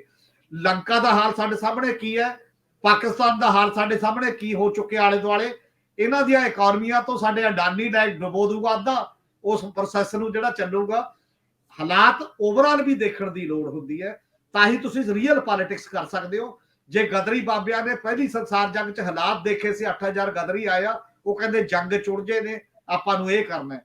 ਦੂਜੀ ਸੰਸਾਰ ਜੰਗ ਵੇਲੇ ਗਾਂਧੀ ਨੇ ਭਾਰਤ ਛੱਡੋ ਅੰਦੋਲਨ ਦੀ ਗੱਲ ਕੀਤੀ, ਕਾਮਰੇਡ ਉਹਦੇ ਨਾਲ ਰਲ ਗਏ ਰਸੀਆ ਕਰਕੇ, ਤੇ ਦੋਨਾਂ 'ਚ ਕੰਟਰਾਡਿਕਸ਼ਨ ਹੋ ਗਈ, ਕਦੇ ਨਹੀਂ ਬਣੀ ਫਿਰ ਆਪਸ ਦੇ ਵਿੱਚ। ਮੁੜ ਕੇ ਕਹਿੰਦੇ ਭੁੱਲ ਹੋ ਗਈ ਬਹੁਤ ਵੱਡੀ। ਹਾਲਾਤ ਦੀ ਜਜਮੈਂਟ ਤੇ ਉਹਦੀ ਨਿਸ਼ਾਨਦੇਹੀ ਪੰਜਾਬ ਦੇ ਪੋਲੀਟੀਕਲ ਧਿਰ ਨੂੰ ਤੇ ਇੰਟੈਲੈਕਚੁਅਲ ਜਿਹਨੂੰ ਕਰਕੇ ਇੱਕ ਸਾਂਝੀ ਰਾਏ ਬਣਾ ਕੇ ਇੱਕ ਲੜਾਈ ਦਾ ਕੁਐਸਚਨ ਹੈ। ਲੜਾਈ ਨੈਰੇਟਿਵ ਪੱਧਰ ਤੇ ਲੜਨੀ ਪਏਗੀ ਕਿ ਤੁਹਾਡੀ ਗੱਲ ਵਜਨਦਾਰ ਹੈ, ਤੁਸੀਂ ਪੀੜ ਤੋਂ, ਤੁਸੀਂ ਇਹ ਅਹਿਸਾਸ ਲੋਕਾਂ ਨੂੰ ਦੱਸਣਾ ਪਏਗਾ। ਮੈਂ ਕੰਡੀਸ਼ਨ ਨਾਲ ਕਰ ਦਿੰਦਾ ਇਹਦੇ ਚ ਜੀ। ਲਾਲੂ ਪ੍ਰਸਾਦ ਯਾਦਵ ਜਦੋਂ ਬਣੇ ਸੀਐਮ ਬਿਹਾਰ ਦੇ, ਤੇ ਉਹ ਦਿੱਲੀ ਆਏ, ਤੇ ਉਹਨਾਂ ਨੇ ਜਿੰਨੇ ਬਿਹਾਰ ਕਾਡਰ ਦੇ ਅਫਸਰ ਡੈਪੂਟੇਸ਼ਨ ਤੇ ਦਿੱਲੀ ਦੇ ਵਿੱਚ ਸੀਗੇ, ਉਹਨਾਂ ਨੂੰ ਬੁਲਾ ਲਿਆ ਤੇ ਉਹਨਾਂ ਨਾਲ ਕੀਤੀ ਮੀਟਿੰਗ। ਉਹਨਾਂ ਨੇ ਕਿਹਾ ਵੀ ਤੁਸੀਂ ਜਿਸ ਮਹਿਕਮੇ ਦੇ ਵਿੱਚ ਹੈਗੇ, ਸਾਨੂੰ ਦੱਸੋ, ਅਸੀਂ ਉੱਥੋਂ ਕੀ ਕਰ ਸਕਦੇ ਹਾਂ, ਕਿੰਨਾ ਪੈਸਾ ਲਾ ਸਕਦੇ ਹਾਂ। ਉਹ ਉਹਨਾਂ ਨੇ ਰੂਟੀਨ ਬਣਾ ਲਿਆ, ਜਦੋਂ ਵੀ ਦਿੱਲੀ ਆਉਣਾ ਦੁਪਹਿਰੇ ਜਾਂ ਰਾਤ ਨੂੰ ਉਹਨਾਂ ਸਾਰਿਆਂ ਨੂੰ ਇਕੱਠੇ ਕਰ ਲੈਣਾ। ਔਰ ਉਹਨਾਂ ਨੇ ਪੂਰੀ ਸਪੋਰਟ ਆਪਣੇ ਸੀਐਮ ਦੀ ਕੀਤੀ, ਬਿਊਰੋਕ੍ਰੇਸੀ ਨੇ, ਬਿਹਾਰ ਦੀ ਨੇ, ਹਰ ਪਾਸਿਓਂ ਬਿਹਾਰ ਦੀ ਵਾਸਤੇ ਜਿੱਥੋਂ ਪੈਸਾ ਨਿਕਲ ਸਕਦਾ ਸੀ ਉਹਨਾਂ ਨੇ ਕਢਵਾਇਆ। ਸਾਡੇ ਇਨੀਸ਼ੀਏਟਿਵ ਅੱਜ ਤੱਕ ਕਿਸੇ ਨੇ ਨਹੀਂ ਲਿਆ ਜੀ। ਸਾਡੇ ਬੰਦੇ ਇੱਥੋਂ ਔਖੇ ਹੋ ਕੇ ਜਾਂਦੇ ਆ, ਉਹ ਕਹਿੰਦੇ ਜਦੋਂ ਦਿੱਲੀ ਤੁਸੀਂ ਆਓਗੇ ਘੂਰ ਵਹਿੰਦੇ ਨੇ, ਜਾਂ ਤੇ ਇੱਥੋਂ ਅਸੀਂ ਉਹਨਾਂ ਨੂੰ ਬੜਾ ਰੈੱਡ ਕਾਰਪਟ ਦਿੰਦੇ ਹੋਈਏ, ਇੱਥੋਂ ਦੇ ਸਤਾਏ ਹੋਏ ਉੱਥੇ ਪਹੁੰਚਦੇ ਆ। ਚਲੋ ਇੱਕ ਲਾਸਟ ਗੱਲ ਮੈਂ ਕਰਕੇ ਗੱਲ ਖਤਮ ਕਰ ਦੇਣੀ ਚਾਹੁੰਦਾ ਹੈ। ਸਰਦਾਰ ਹਮੀਰ ਸਿੰਘ ਜ਼ਿਕਰ ਕਰ ਰਹੇ ਸੀਗੇ ਕਿ ਸਾਡੇ ਕੋਲ ਤਰੀਕਾਕਾਰ ਕੀ ਹੈ, ਕਿਵੇਂ ਅਸੀਂ ਸਾਰੇ ਵਿਰੋਧੀਆਂ ਨੂੰ ਇਕੱਠੇ ਕਰਕੇ ਗੱਲ ਕਰ ਸਕਦੇ ਹਾਂ। ਆਮ ਆਦਮੀ ਪਾਰਟੀ ਸੱਤਾ 'ਚ ਆਉਂਦਿਆਂ ਆਪਣੇ 7 ਬੰਦਿਆਂ ਦੀ ਚੋਣ ਕਰਦੀ ਹੈ, ਜਿਹੜੇ ਇਹੋ ਜਿਹੇ ਨਾਜ਼ੁਕ ਮੌਕਿਆਂ ਤੇ ਧੱਕ ਪਾ ਸਕਦੇ ਸੀ। ਪਾਰਲੀਮੈਂਟ ਵਰਗੇ ਮੰਚ ਤੇ, ਖਾਸ ਤੌਰ ਤੇ ਰਾਜ ਸਭਾ ਦੇ ਵਿੱਚ ਜਿੱਥੇ ਸਿਆਣੇ ਬੰਦੇ ਹੁੰਦੇ ਆ, ਉੱਥੇ ਪੰਜਾਬ ਦੇ ਕੇਸ ਨੂੰ ਸੁਪਰ ਤਰੀਕੇ ਨਾਲ ਰੱਖ ਸਕਦੇ ਸੀ। ਹੁਣ ਕਿਸੇ ਵੀ ਬਿਜ਼ਨਸ ਘਰਾਣੇ ਦੇ ਮੁਖੀ ਕੋਲੋਂ ਕਿੱਦਾਂ ਤਵੱਕੋ ਕਰੋਗੇ ਉਹ ਕੇਂਦਰੀ ਸੱਤਾ ਦੇ ਖਿਲਾਫ ਬੋਲੂਗਾ? ਕਿਸੇ ਖਿਡਾਰੀ ਕੋਲੋਂ ਕੀ ਤਵੱਕੋ ਕਰ ਸਕਦੇ ਹੋ? ਕਿਸੇ ਸੰਤ ਕੋਲੋਂ ਕੀ ਤਵੱਕੋ ਕਰ ਸਕਦੇ ਹੋ? ਕਿਸੇ ਦਿੱਲੀ ਦੇ ਕਾਰੋਬਾਰੀ ਕੋਲੋਂ ਕੀ ਤਵੱਕੋ ਕਰ ਸਕਦੇ ਹੋ? ਮੈਨੂੰ ਲੱਗਦਾ ਇੱਕ ਬਹੁਤ ਅਹਿਮ ਮੌਕਾ ਸੀ। ਆਪਣੇ ਆਸੇ-ਪਾਸੇ ਮੁੱਖ ਮੰਤਰੀ ਔਰ ਕੇਜਰੀਵਾਲ ਦੇ ਨਾਲ ਬੈਠੇ ਬੰਦਿਆਂ ਦਾ ਔਰਾ ਹੁੰਦਾ, ਏਡੇ ਏਡੇ ਕੱਦ ਹੁੰਦੇ, ਤੁਹਾਡਾ ਕੱਦ ਆਪਣੇ ਆਪ ਵੱਡਾ ਹੋ ਜਾਂਦਾ, ਤੁਹਾਨੂੰ ਮਾਣ ਹੋਵੇ ਆਪਣੀ ਚੋਣ ਤੇ। ਫਰਕ ਕੀ ਪੈਂਦਾ ਹੈ ਕਿ ਕੋਈ 500 ਕਰੋੜ ਦੀ ਸਾਮੀ ਜਾਂ 5000 ਕਰੋੜ ਦੀ ਸਾਮੀ ਹੈ। ਫਰਕ ਤੇ ਇਸ ਗੱਲ ਨਾਲ ਪੈਂਦਾ ਹੈ ਕਿ ਤੁਹਾਡੀ ਉੱਥੇ ਨੁਮਾਇੰਦਗੀ ਕੌਣ ਕਰ ਰਿਹਾ, ਤੁਹਾਡੀ ਪ੍ਰਤੀਨਿਧਤਾ ਕੌਣ ਕਰ ਰਿਹਾ।